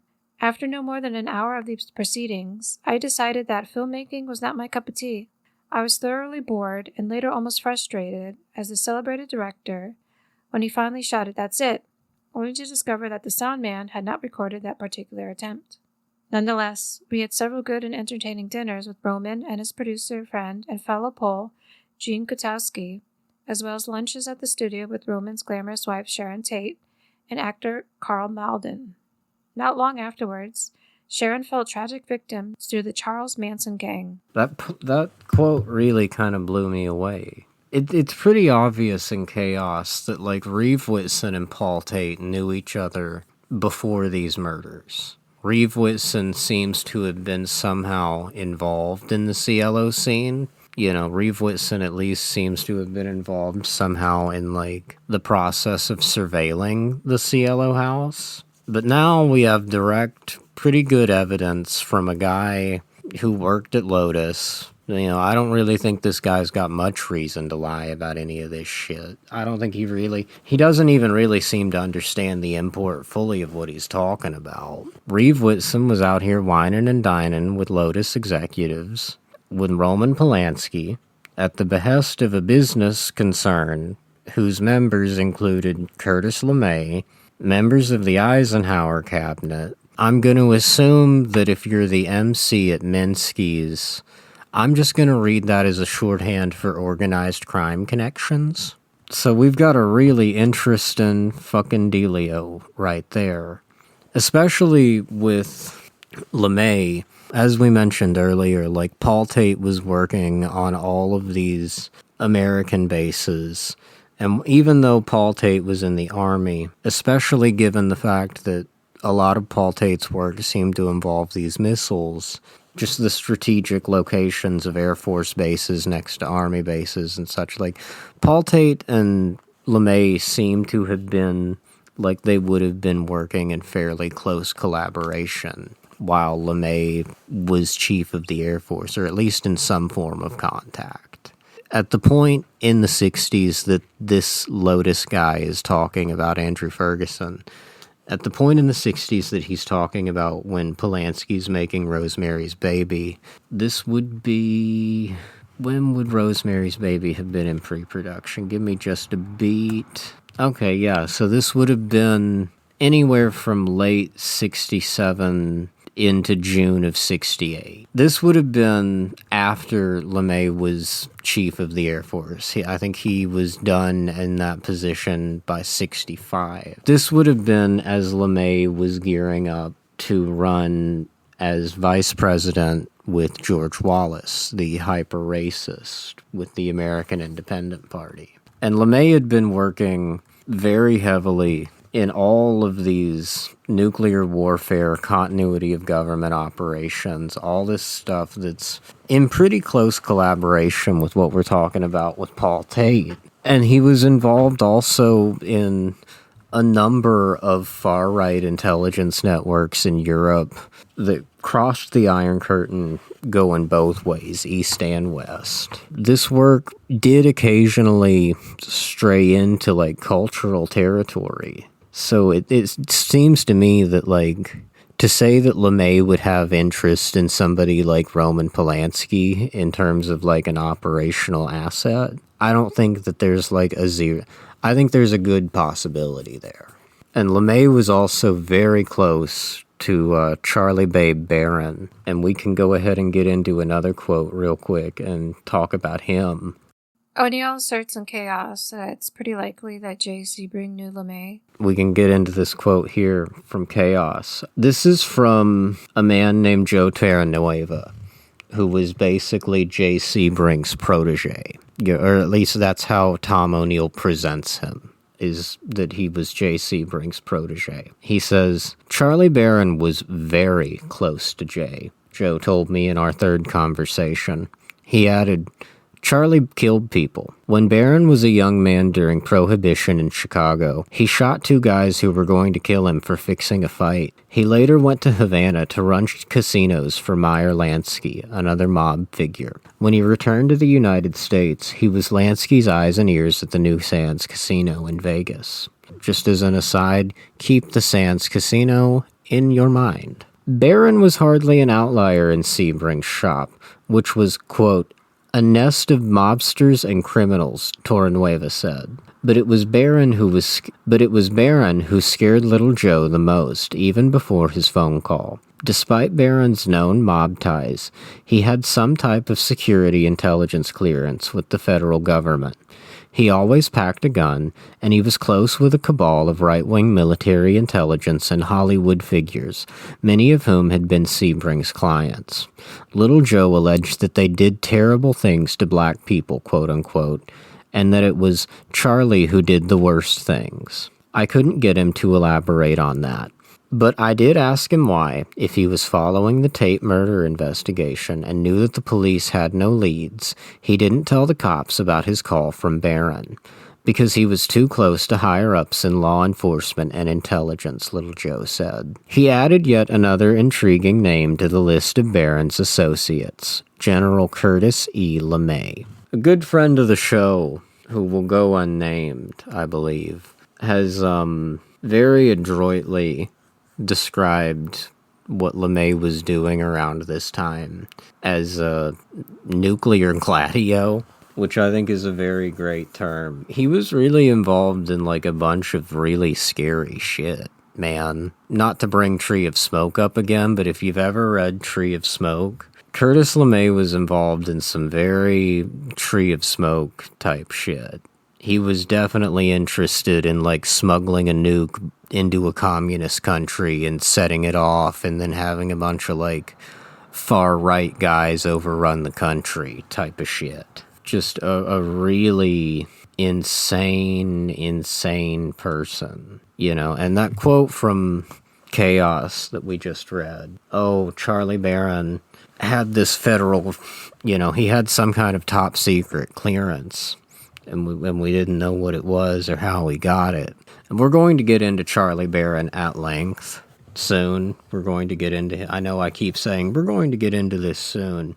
But if you know, we keep getting into the things that we say that about, so don't worry. Charlie Barron was actually a brigadier general in the National Guard, which is kind of a lame fucking position, but like, that does seem to have gotten him a number of places, and in particular, he started out in the Illinois National Guard, and then he would go on to be in the Nevada National Guard. He was a pretty... He served as the greeter at the Sands Casino for a number of years. Like, Charlie Barron's a really interesting guy, and when we fully get into the Mafia, we're really going to start unpacking him. Yeah, he's quite a character.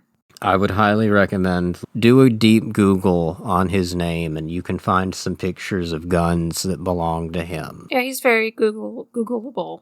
Right, you can find him. You can find Charlie Barron. You know, just to, again, point to something that's going to come up again, his membership in the Illinois National Guard is going to prove to be a key connection here. Hey, Frankie. Hey, Geena. Do you know what time it is? Hammer time? No. What time? Uh-oh. Doc looked at the printout and saw the name Golden Fang. And you got this from some computer that's hooked up to your network? This in particular comes from the Hoover Library at Stanford. Somebody's collection of counter-subversive files. Here, I printed it all down. Doc went out in the front office and drew a cup of coffee from the urn, whereupon Milton, the bookkeeper, who had been acting difficult lately, got right into a hassle with Fritz about whether Doc's coffee should be charged to travel and entertainment or to company overhead. Gladys, the secretary, turned up the office stereo, which happened to be playing Blue Cheer, either to drown out the argument or suggest gently that everybody pipe down. Fritz and Milton then began screaming at Gladys, who screamed back. Doc lit a joint and began to read the file, which had been put together by a private intelligence operation known as the American Security Council, working out of Chicago, according to Fritz, since around 55.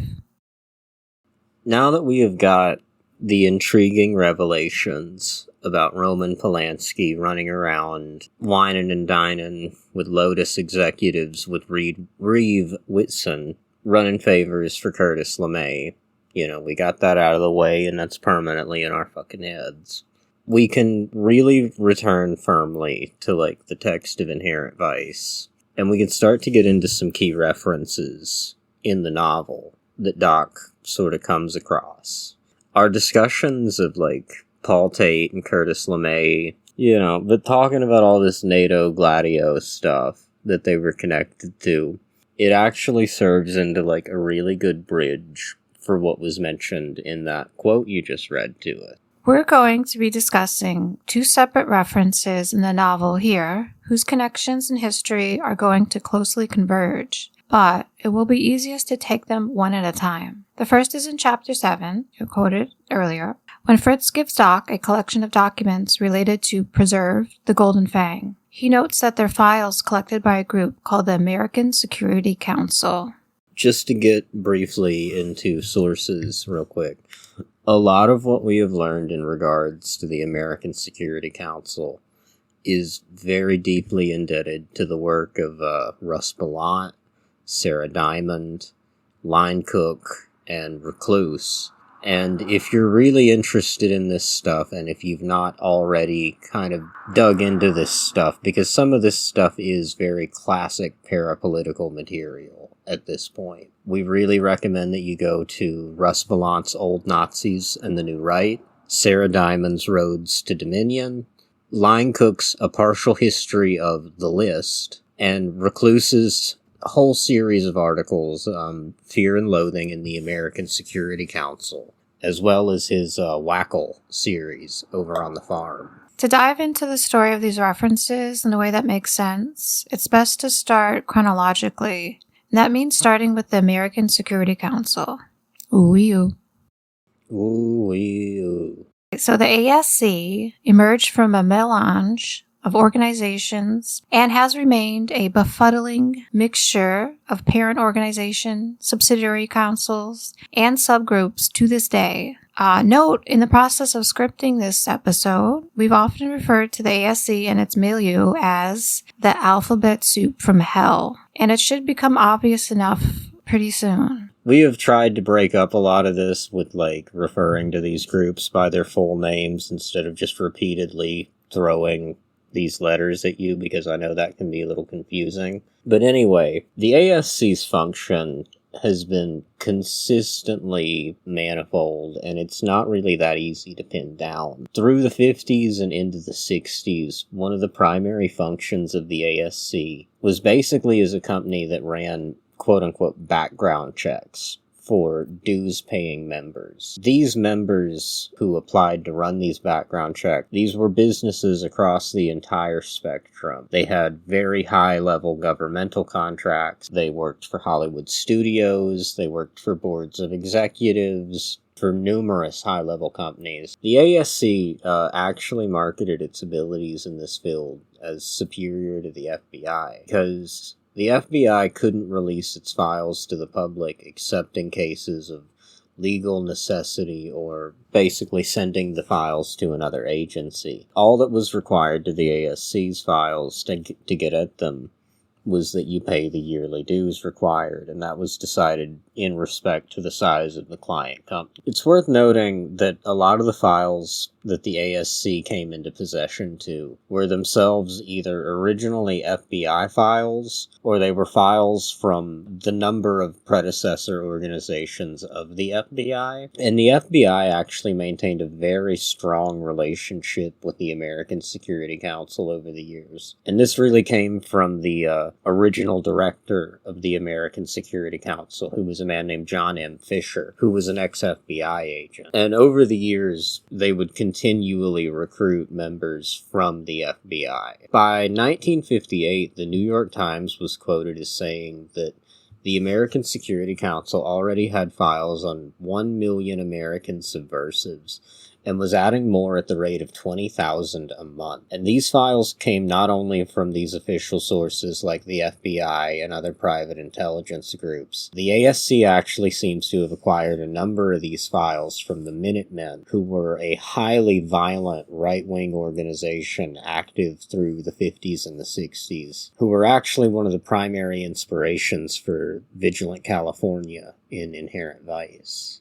Vestiges of the American Security Council's function as a background check/blacklist agency remain in business today, chiefly through the Fidelifax Company. So Fidelifax, it's F-I-D-E-L-I-F-A-C-T-S. But they have also gone under Fidelifax, like fax machine. They've gone under both names. Yeah, in case you want to look that up. Fidelifax served as one of the operational wings of the ASC's intelligence gathering functions by performing the duties of a private detective agency. Through Fidelifax, the ASC maintained close ties with notorious private intelligence/security firm Wackenhut. Yeah. Ooh, yeah. Wackenhut Hut.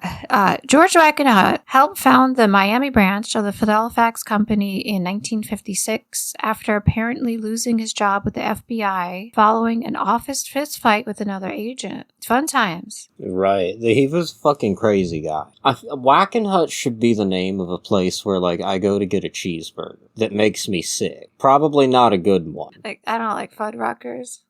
Right, I think it's because it sounds like Whataburger. It sounds like Whataburger and Pizza Hut. Wackenhut Burger. It sounds like a restaurant, man. With every burger you get a shot.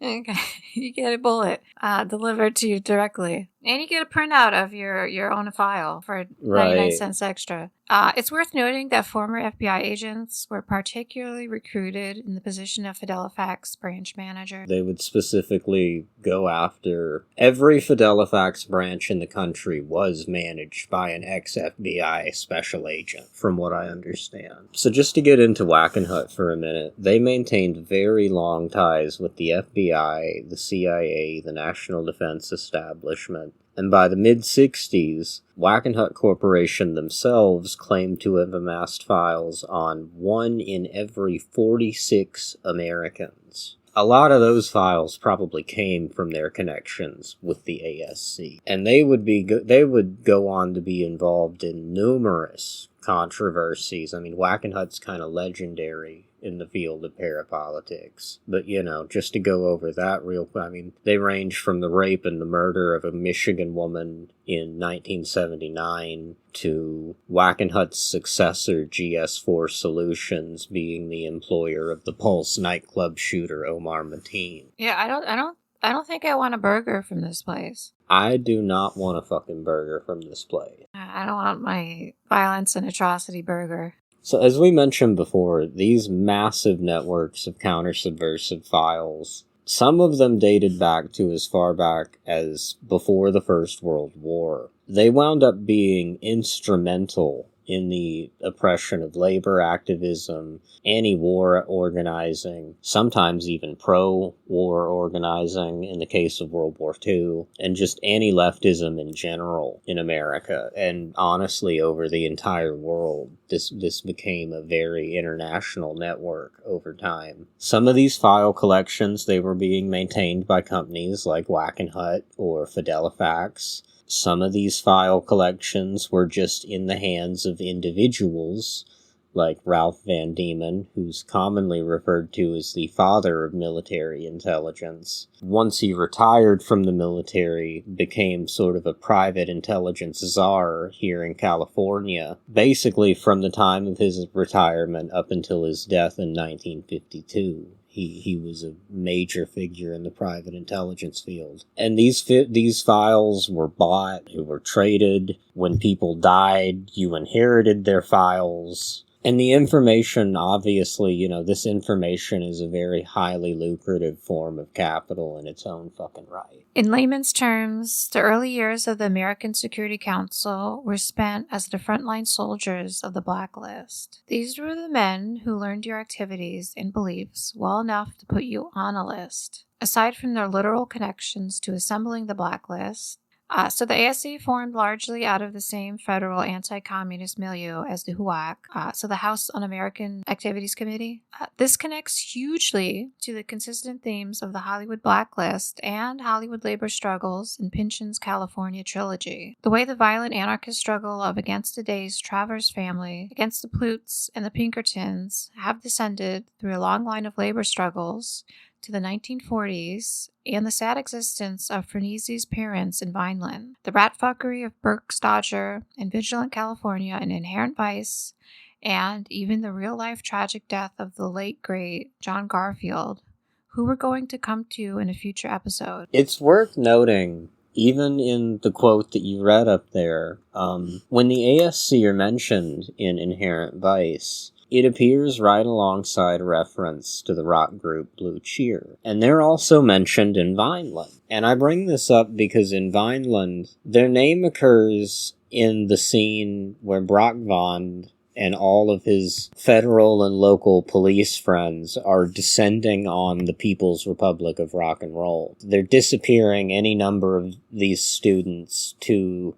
their weird continuity of government camp up in the hills. They're probably killing any number of them, too. This entire constellation of references, if you're willing to follow it out to its end, it really seems to suggest that Pynchon is very well aware of this Byzantine arrangement of domestic intelligence functions that the ASC were serving in right-wing circles during this time. I mean, really from the 50s. From their founding in the 50s up until the mid-80s, I mean, the American Security Council were just a dominant force in this field. The ASC were not simply just a private intelligence / blacklisting group.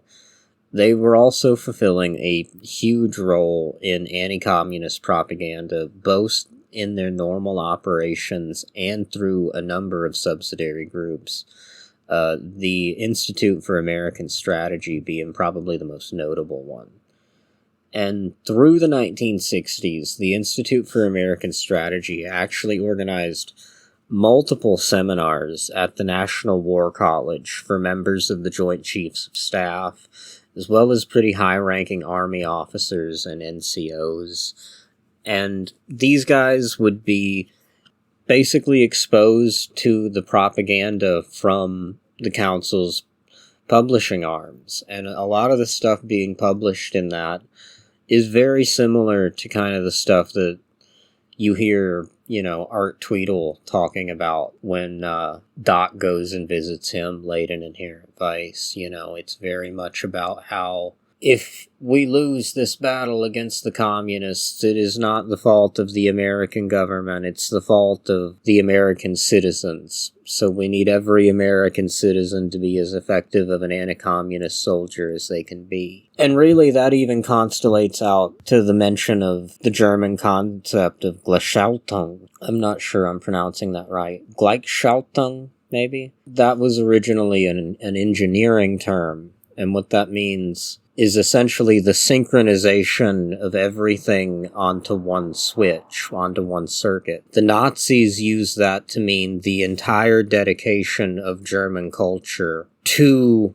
the efforts of the Nazi machine. And the Nazis are about to come right back up, because through their propaganda arm, to get back to the American Security Council and out of Gleichschaltung, but you should give that term a look up and consider its use in Inherent Vice. Through their propaganda arm, the American Security Council began a very fruitful relationship with not only the British esoteric Nazi and race scientist Roger Pearson, but also the legendary CIA officer James Jesus Angleton, who served as Pearson's co-editor on one of the IAS's multiple journals. Lighting up Virginia Slims just for Angleton. That is such a funny cigarette for a grown man. It's slim and elegant. It's funny that I said it's a funny cigarette for a grown man, like it wouldn't be a funny cigarette for like a little boy. It'd be perfectly sensible. No, boys smoke Winstons. Right. As they should.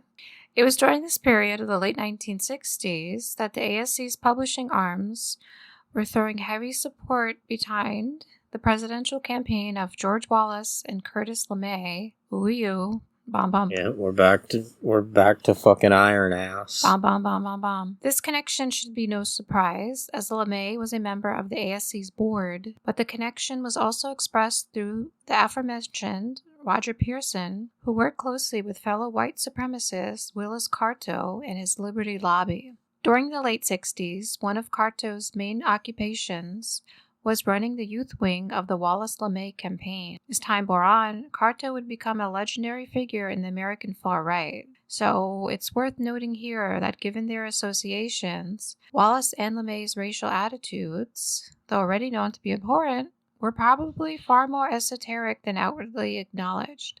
The ASC also developed a very long association with high-ranking intelligence officers, particularly the guys that were known as the China Cowboys. And China Cowboys who wound up associated with the American Security Council included Ed Lansdale, William Pauley, Ray Klein, and at least in terms of the history of the American Security Council, the most important of the China Cowboys to show up here is going to be John K. Singlaub. He's going to come up again in a bit. LeMay himself was not really a China cowboy, but he was instrumental in the design of the bombing campaign against Imperial Japan, including almost all of that campaign in retrospect has been classified as a war crime. Just for people who are maybe less familiar with that term than other people, the China Cowboys were essentially a clique that emerged from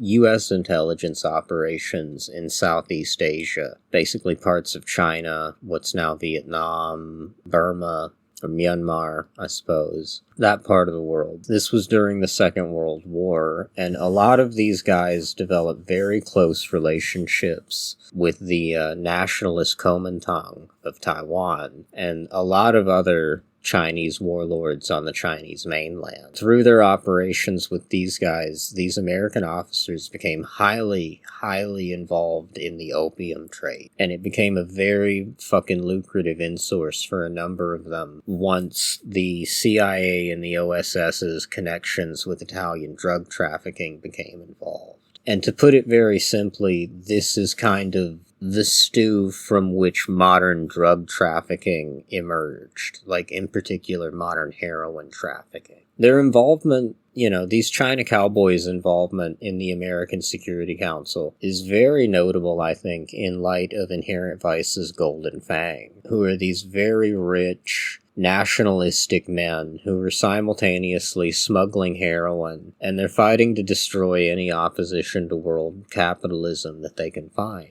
To return to the ASC's propaganda capabilities and to connect us to one of Pynchon's favorite subjects in Inherent Vice and Vineland, the ASC's propaganda wing ran their own TV show running for 65 episodes, The Freedom University of the Air. Become a student today. Oh gosh. Hosted by archetypal FBI Mormon W. Cleon Skousen. I like to think it's Skousen. Skousen. Yeah, that's an entertaining name to say. Okay, Skousen. I like the mouthfeel of that. Reeve Whitson's apparent former employer, Dwight D. Eisenhower, hosted a radio show for the ASC, the American Security Council Washington Report of the Air. This went out to 500 domestic stations and was broadcast in Europe by Voice of America. By 1964, with mass funding from the Schick Razor fortune, the ASC's radio shows were reaching record-setting numbers of listeners every week. The ASC also were organizing these annual shindigs called the National Military Industrial Conferences, which is where leaders of industry and business would get together with high-ranking members of the Pentagon and the National Security Council. Some of the companies that participated in this were United Fruit, ooh, Standard Oil, Honeywell, ooh, U.S. Steel, Motorola, and Sears and Roebuck, and there were a lot of other ones. Those last two companies should not be particularly surprising, given that Motorola and Sears and Roebuck executives featured among the men whose money had actually founded the ASC. These conferences were highly successful and led to the ASC being dubbed by a number of people as the literal heart and soul of the military-industrial complex. To get into the ASC's founding for a bit, well, this is going to be a bit longer than a bit. This can take a bit. To get into the ASC's founding, we're going to have to go right back to Chicago, where the council was actually originally formed sometime in 1955 as the Mid-American Research Library. And this library, quote-unquote, was actually a storehouse of intelligence, and it was founded through the purchase by General Robert E. Wood and Colonel Robert R. McCormick of Harry Young's massive cache of anti-labor surveillance files. And some of that shit dated all the way back to before the First World War, really, before America's entrance into the First World War. And so we're going to want to examine some of these figures involved in the council's founding. So first up is Brigadier General Robert E. Wood. He had spent most of his adult life with the U.S. Army, serving in the Philippines during the Moro Rebellion, and eventually rising to the position of quartermaster of the entire army by World War I. At the time of the ASC's founding, Wood was a senior Sears and Roebuck executive and had cut his teeth in the American right as a key backer of the pro-Nazi America First movement. Wood seems to have spent a large part of the 1910s playing shadowy financial games throughout Latin and South America on behalf of DuPont, the General Asphalt Company, and the Panama Railroad Company. Wood would later help found the National Economic Council, who eventually wound up as part of the anti-Nixonian right, which will not be the first time parts of this also seem to resemble Inherent Vice's plot point featuring counterfeit money with Nixon's face on it, which Sancho theorizes to be part of an elaborate sympathetic magic plot to kill Nixon. To keep looking at Robert Wood real quick through a Pynchonian lens, his time at Sears and Roebuck actually works into a very subtle thread of weird department stores in Thomas Pynchon's work. And this thread arguably surfaces the most strongly in Against the Day, but Inherent Vice features a number of references to LA area department stores. They actually culminate in Doc's use of an old Bullock's card that's been cut into pieces. It belonged to Shasta, but he uses it to escape a pair of handcuffs when Adrian Prussia is about to probably walk in and kill him. So Colonel Robert E. Wood actually oversaw the change in Sears and Roebuck's business model that saw the company shifting from basically being centered around catalogs to being centered around department stores while also still sending out a catalog. During his time at the company, he also, to connect back to Inherent Vice as well, he oversaw the foundation of Allstate Insurance, oddly enough, which was originally part of Sears and Roebuck. I hadn't known that. I'm going to direct everybody to Jimmy Fallon Gong's episodes on Mitch Warbell. You should also read Andrea Nolan's blog for more about weird department stores. Just to briefly get into weird department stores, it should be noted that for a long time in the late 19th and early 20th century, a lot like is depicted in Twin Peaks, shop girls in these department stores were often expected to act as prostitutes in addition to their work at the counter. And department stores served as a nexus for prostitution and the sex trade for a number of years, Chicago in particular being a place where that did for a fact happen. Colonel Robert R. Colonel McCormick was born into extreme wealth and power as the combined heir of the McCormick Reaper fortune and the Metal family, who were founders of the Chicago Tribune. The McCormick family gained all of its money through their invention of the Mechanical Reaper, but that spun into a very Byzantine web of Gilded Age robber barons. All of these dudes turned into millionaires in their own rights. All of them kind of did their own thing to one degree or another. The originator of the McCormick family was himself named Robert McCormick. Nearly all of the men in this family were named Robert, actually. But his Reaper design, which had been co-created with a slave named Joe Anderson, who never received proper compensation. It fundamentally changed the relationship between not only farmers and their labor, but also between farmers and land use in general. It vastly increased the harvesting capabilities of one man. The development of the McCormick Mechanical Reaper is usually seen as one of the key moments in the development of industrial farming in general.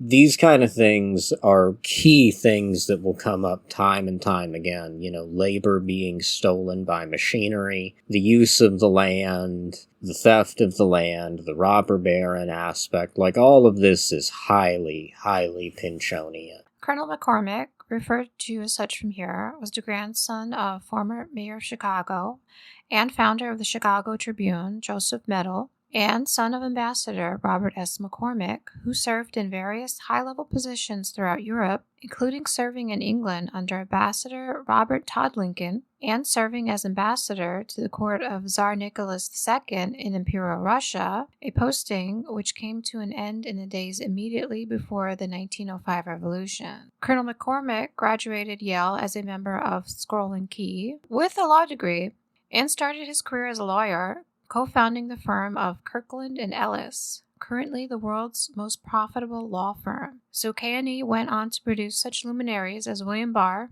and Brett Kavanaugh, give the man his beer, and defended Epstein in his original trial in Florida, and are currently doing pro bono legal work for Trump. However, Colonel McCormick's brother, Meadle, who had taken over the family's newspaper holdings, was advised by none other than Carl Jung to give up the position on account of the stress it was causing him, at which point Colonel McCormick turned took over operation of the Chicago Tribune. McCormick's time in the U.S. Army actually began with service in the Illinois National Guard, which more than likely brought him into some form of contact at some time with the aforementioned associate of J. Sebring, Charlie Babe Barron. McCormick served with General Pershing's failed punitive expedition to Mexico, where they went to try and capture Pancho Villa. And from there, he moved on to the trenches of France, and he rose to the rank of full colonel in an artillery unit, which, just to get very paranoid, is also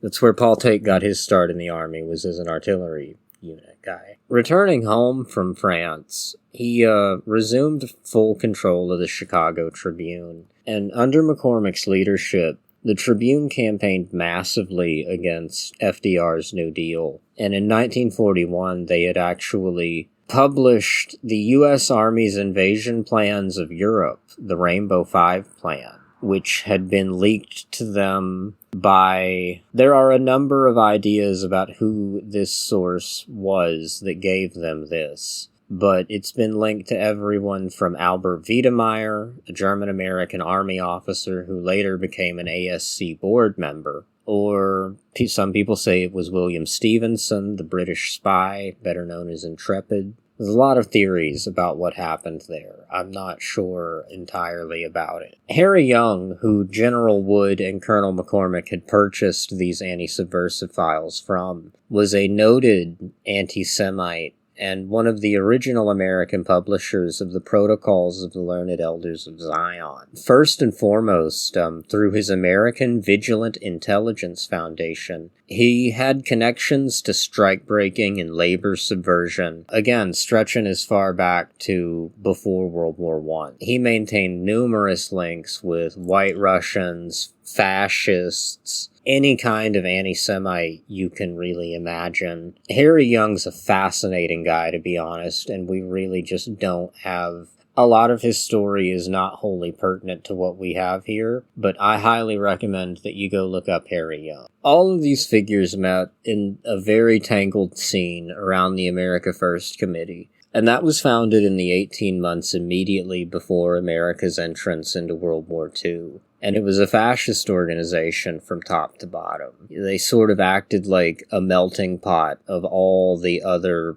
fascist groups that had sort of been bubbling in America before that. They were very closely allied with American Legion halls and church groups all over the country. They were tied to the Silver Shirts and the German American Bund, and they got huge support from public figures, ranging from JFK's dad, Joseph P. Kennedy, to Henry Ford, Charles Lindbergh, Lillian Gish, Frank Lloyd Wright, like all kinds of people were tied up in this shit. To return to the history of the ASC, one of the primary clients for their background check services was the defense industry, chiefly speaking, the aerospace industry. Throughout the 20th century and continuing on to today, even the most mundane work at an aerospace plant required thorough ideological vetting. Once more, once hired, these already fascist-inclined workers are further radicalized through constant exposure to the ASC and similar groups' massive propaganda wings. So I'm going to read a little quote here from Deep Politics and the Death of JFK by the legendary Peter Dale Scott. All defense contractors were eventually required by law to conduct industrial security investigations under legislation for which both the FBI and the American Legion had helped to lobby. This legislation created work both for veterans and for the Legion itself. During World War II, the Legion had built up a network of confidential information contacts, on the model of the so-called vigilantes of the American Protective League during World War I. That's from page 244. This is notable not just in the case of the Manson girls, many of whose fathers worked in the Los Angeles area aerospace and defense industries, but also to the text of Inherent Vice. Not only is there the section late in the novel where Doc visits Art Tweedle, an insane fascist with a civilian job at a naval weapons station, this is also highly relevant to the character of Shasta Faye Hepworth. Doc's mother recalls that the Hepworths she knew during the Depression, quote, moved down here to work in the defense plants, unquote. This seems highly notable given Shasta's personality as a kind of hippie fascist honeypot. So this is from Inherent Vice, Chapter 12. Plastic trikes in the yard, people out watering the flowers and working on their cars, kids in the driveways shooting hoops, the high-frequency squeal of a TV sweep circuit through a screen door as Doc came up the path of the address he was looking for, to be followed by the more worldly sound as he reached the front steps of the Bugs Bunny/Roadrunner hour. According to Fritz, the sweep frequency was 15,750 cycles per second, and the instant Doc turned 30, which would be any minute now, he would no longer be able to hear it. So this routine of American House approach had begun to hold for him a particular sadness. Arthur Tweedle was a civilian machinist who worked a regular day shift at the Naval Weapons Station. On weekends, and sometimes weeknights too, he put on a sort of fatigue uniform from Jack Frost, the Manson family's favorite surplus store in Santa Monica, and went off to meetings of Vigilant California, along with his neighbor Prescott, another counter-subversive hobbyist also on the list Fritz had run for Doc. Art wore pale horn rims beneath a high, untroubled forehead, and there was little to object to in the face he put on for company, except maybe for a slightly paralyzed look, as if it was a gear he didn't quite know how to shift out of. And a thing worth noting on that, too, as we read that passage, on the very day that Doc is said to be turning 30, as he's doing this, Richard Nixon is supposedly in contact with the ASC to discuss with them his possible invasion of Cambodia. Ooh-wee-oo. Ooh-wee-oo. If you can give me just a beat, I can find the quote itself. Alright, this is from Peter Dale Scott's The Road to 9/11, page 39. The importance of Cambodia to oil men probably explains why Nixon, on the day of his decision to invade Cambodia, April 28, 1970, shared his decision with several private citizens from veterans and patriotic organizations, 2 days before he notified Congress. Almost certainly one of these patriotic organizations was the American Security Council, a group representing both arms and oil interests, including UNOCAL, that had helped push Nixon into national prominence. Really, if you look at that, I think it's very good proof that over time, the main focus of the ASC had shifted. Because even though they always maintained some function as a propaganda house and a lobbying group, by the time of the Nixon years, this had really become kind of the ASC's main function. And their intelligence-gathering arms slowly devolved into other organizations and other companies, like Fidelifax, that we mentioned before. Though the ASC did gather and screen a lot of their own intelligence, a vast amount of these files came from trading and buying them from other sources. We have Harry Young that we mentioned before. They had numerous connections at police departments and corporate security departments. They had a very strong FBI contingent, like we mentioned before, that was led through former FBI agent John M. Fisher, who was the council's first director. And he had served with Robert E. Wood at Sears and Roebuck, where Fisher had served as the head of security. As the ASC's functions as a lobbying group grew, so did their connections to the world anti-communist underground. Under the oversight of the aforementioned John K. Singlaub, through the 70s, the ASC was brought into close collaboration with the World Anti-Communist League, an absolutely Byzantine collection of international nationalist and fascist groups of all stripes. WACL has actually served as one of the primary connections between all manner of right-wing political groups and the underworld. WACL has long-standing links to the Mexican cult of the Tacos, the Mooney cult of South Korea, and numerous groups involved in drug trafficking and organized crime. Through Singlaub, the ASC became heavily involved in both Iran-Contra and the Reagan administration, with Singlaub leading an ASC delegation to Guatemala in 1979.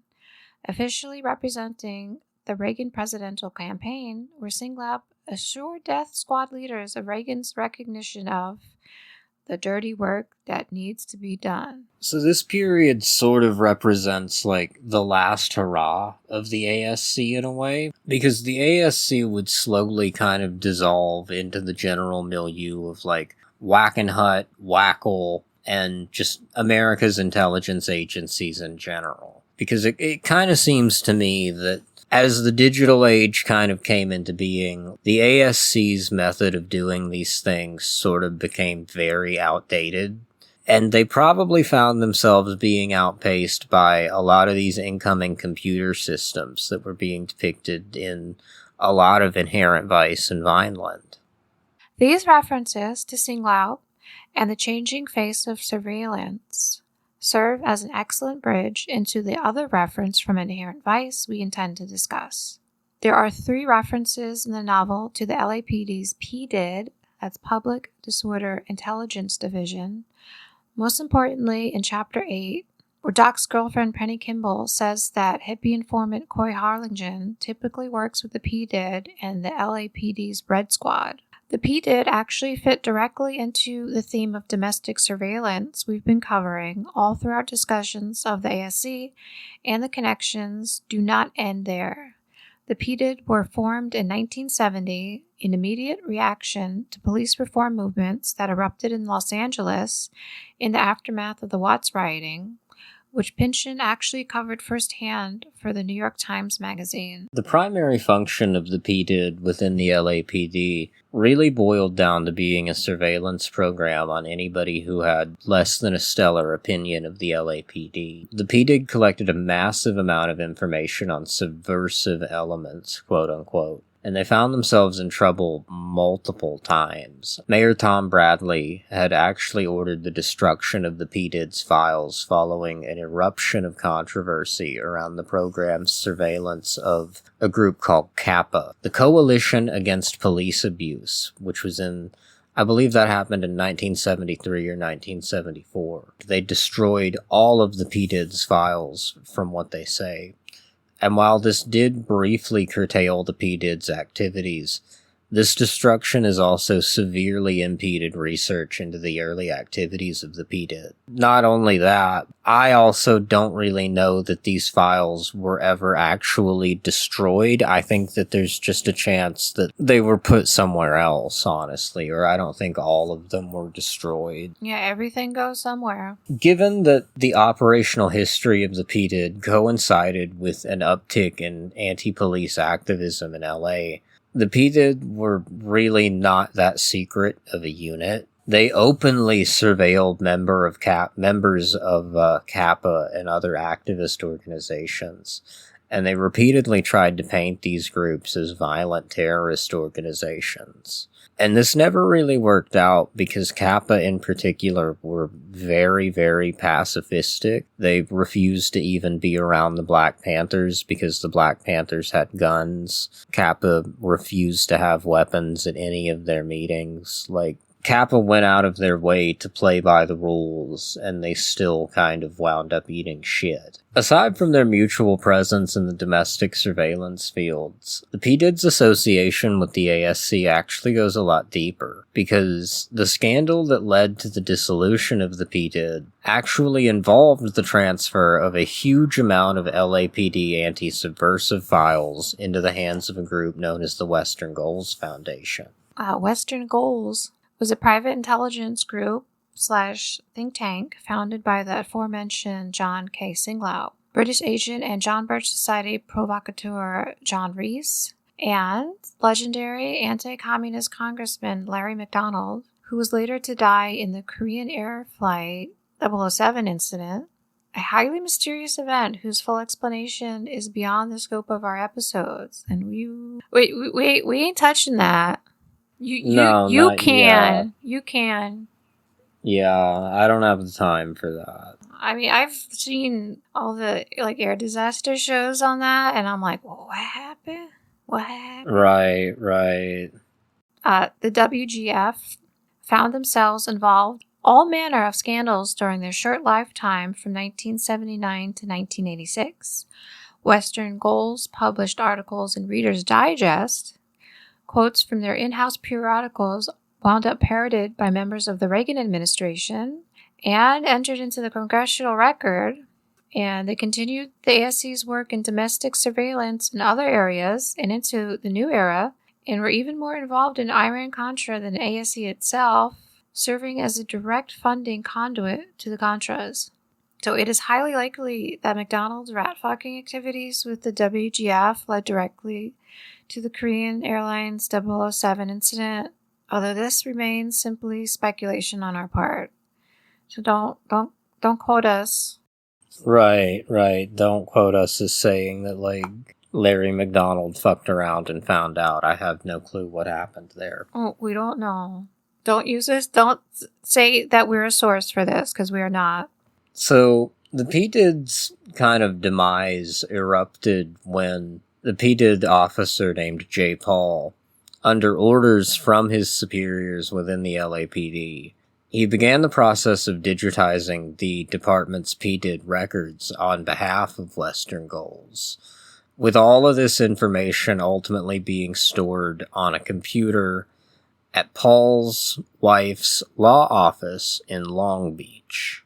The fact that these are computer systems of information now, it's very highly resonant with, Vineland's repeated images of, like, these computer databases of subversive material, having your file deleted, and just federal surveillance in general. Now, it's not really entirely certain why the Western Goals Foundation would be seeking these files, but they were probably being siphoned by relay into John Reese's massive computers database in Alexandria. And these events really resonate very powerfully, I think, with, again, Vineland's repeated theme of, like, government fucking surveillance of these people, with the obvious intent being to put them into camps. And I think that if you look through all of this, you kind of see a repeated theme of that. What is the end fucking goal of all of this anti-subversive surveillance, if not to just put people into camps? Right, not a fun summer camp. Dear listeners, it's time for us to draw this particular outing to a close. We know that this episode's fuck you. We know that this episode has run long, or it's a part of an episode. Right. It's pretty long. But we really believe that what we found here resonates deeply with the themes presented in the entirety of the California Trilogy. Pynchon's knowledge of the ASC and the PDID obviously run much deeper than his lack of elaboration would lead you to believe. Run all through this. You have his obsessions, Pynchon's obsessions with labor struggles, computer technology, television, missile programs, double agents, fascism, drugs. All of these things are expressed very cogently through a very simple read of the history surrounding some of these references. And we specifically use the term simple read because you could very easily take a lot of this stuff and go a lot further out than we have here. And we really encourage anybody that would want to do so. Go out there and do this work, because there's a lot of it waiting to be done. There's a lot more work waiting to be done than you'd fucking suspect. Yeah, go read the text again. Find out what speaks to you. Take what we ran with, run further. Right. Take things we didn't run with, run further. Yeah, you run all you want. Go anywhere you want.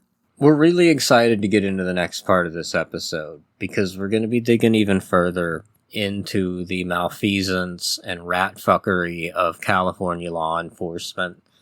And it's going to be starring a very good friend of the show and a good friend of Miss Penny Kimball's, Mr. Ravel Younger, the Attorney General of the state of California. Ooh-wee-oo. Ooh-wee-oo, people. Until next time. All right, I'm Geena. I'm Frankie. Ciao. Ciao. Bye-bye.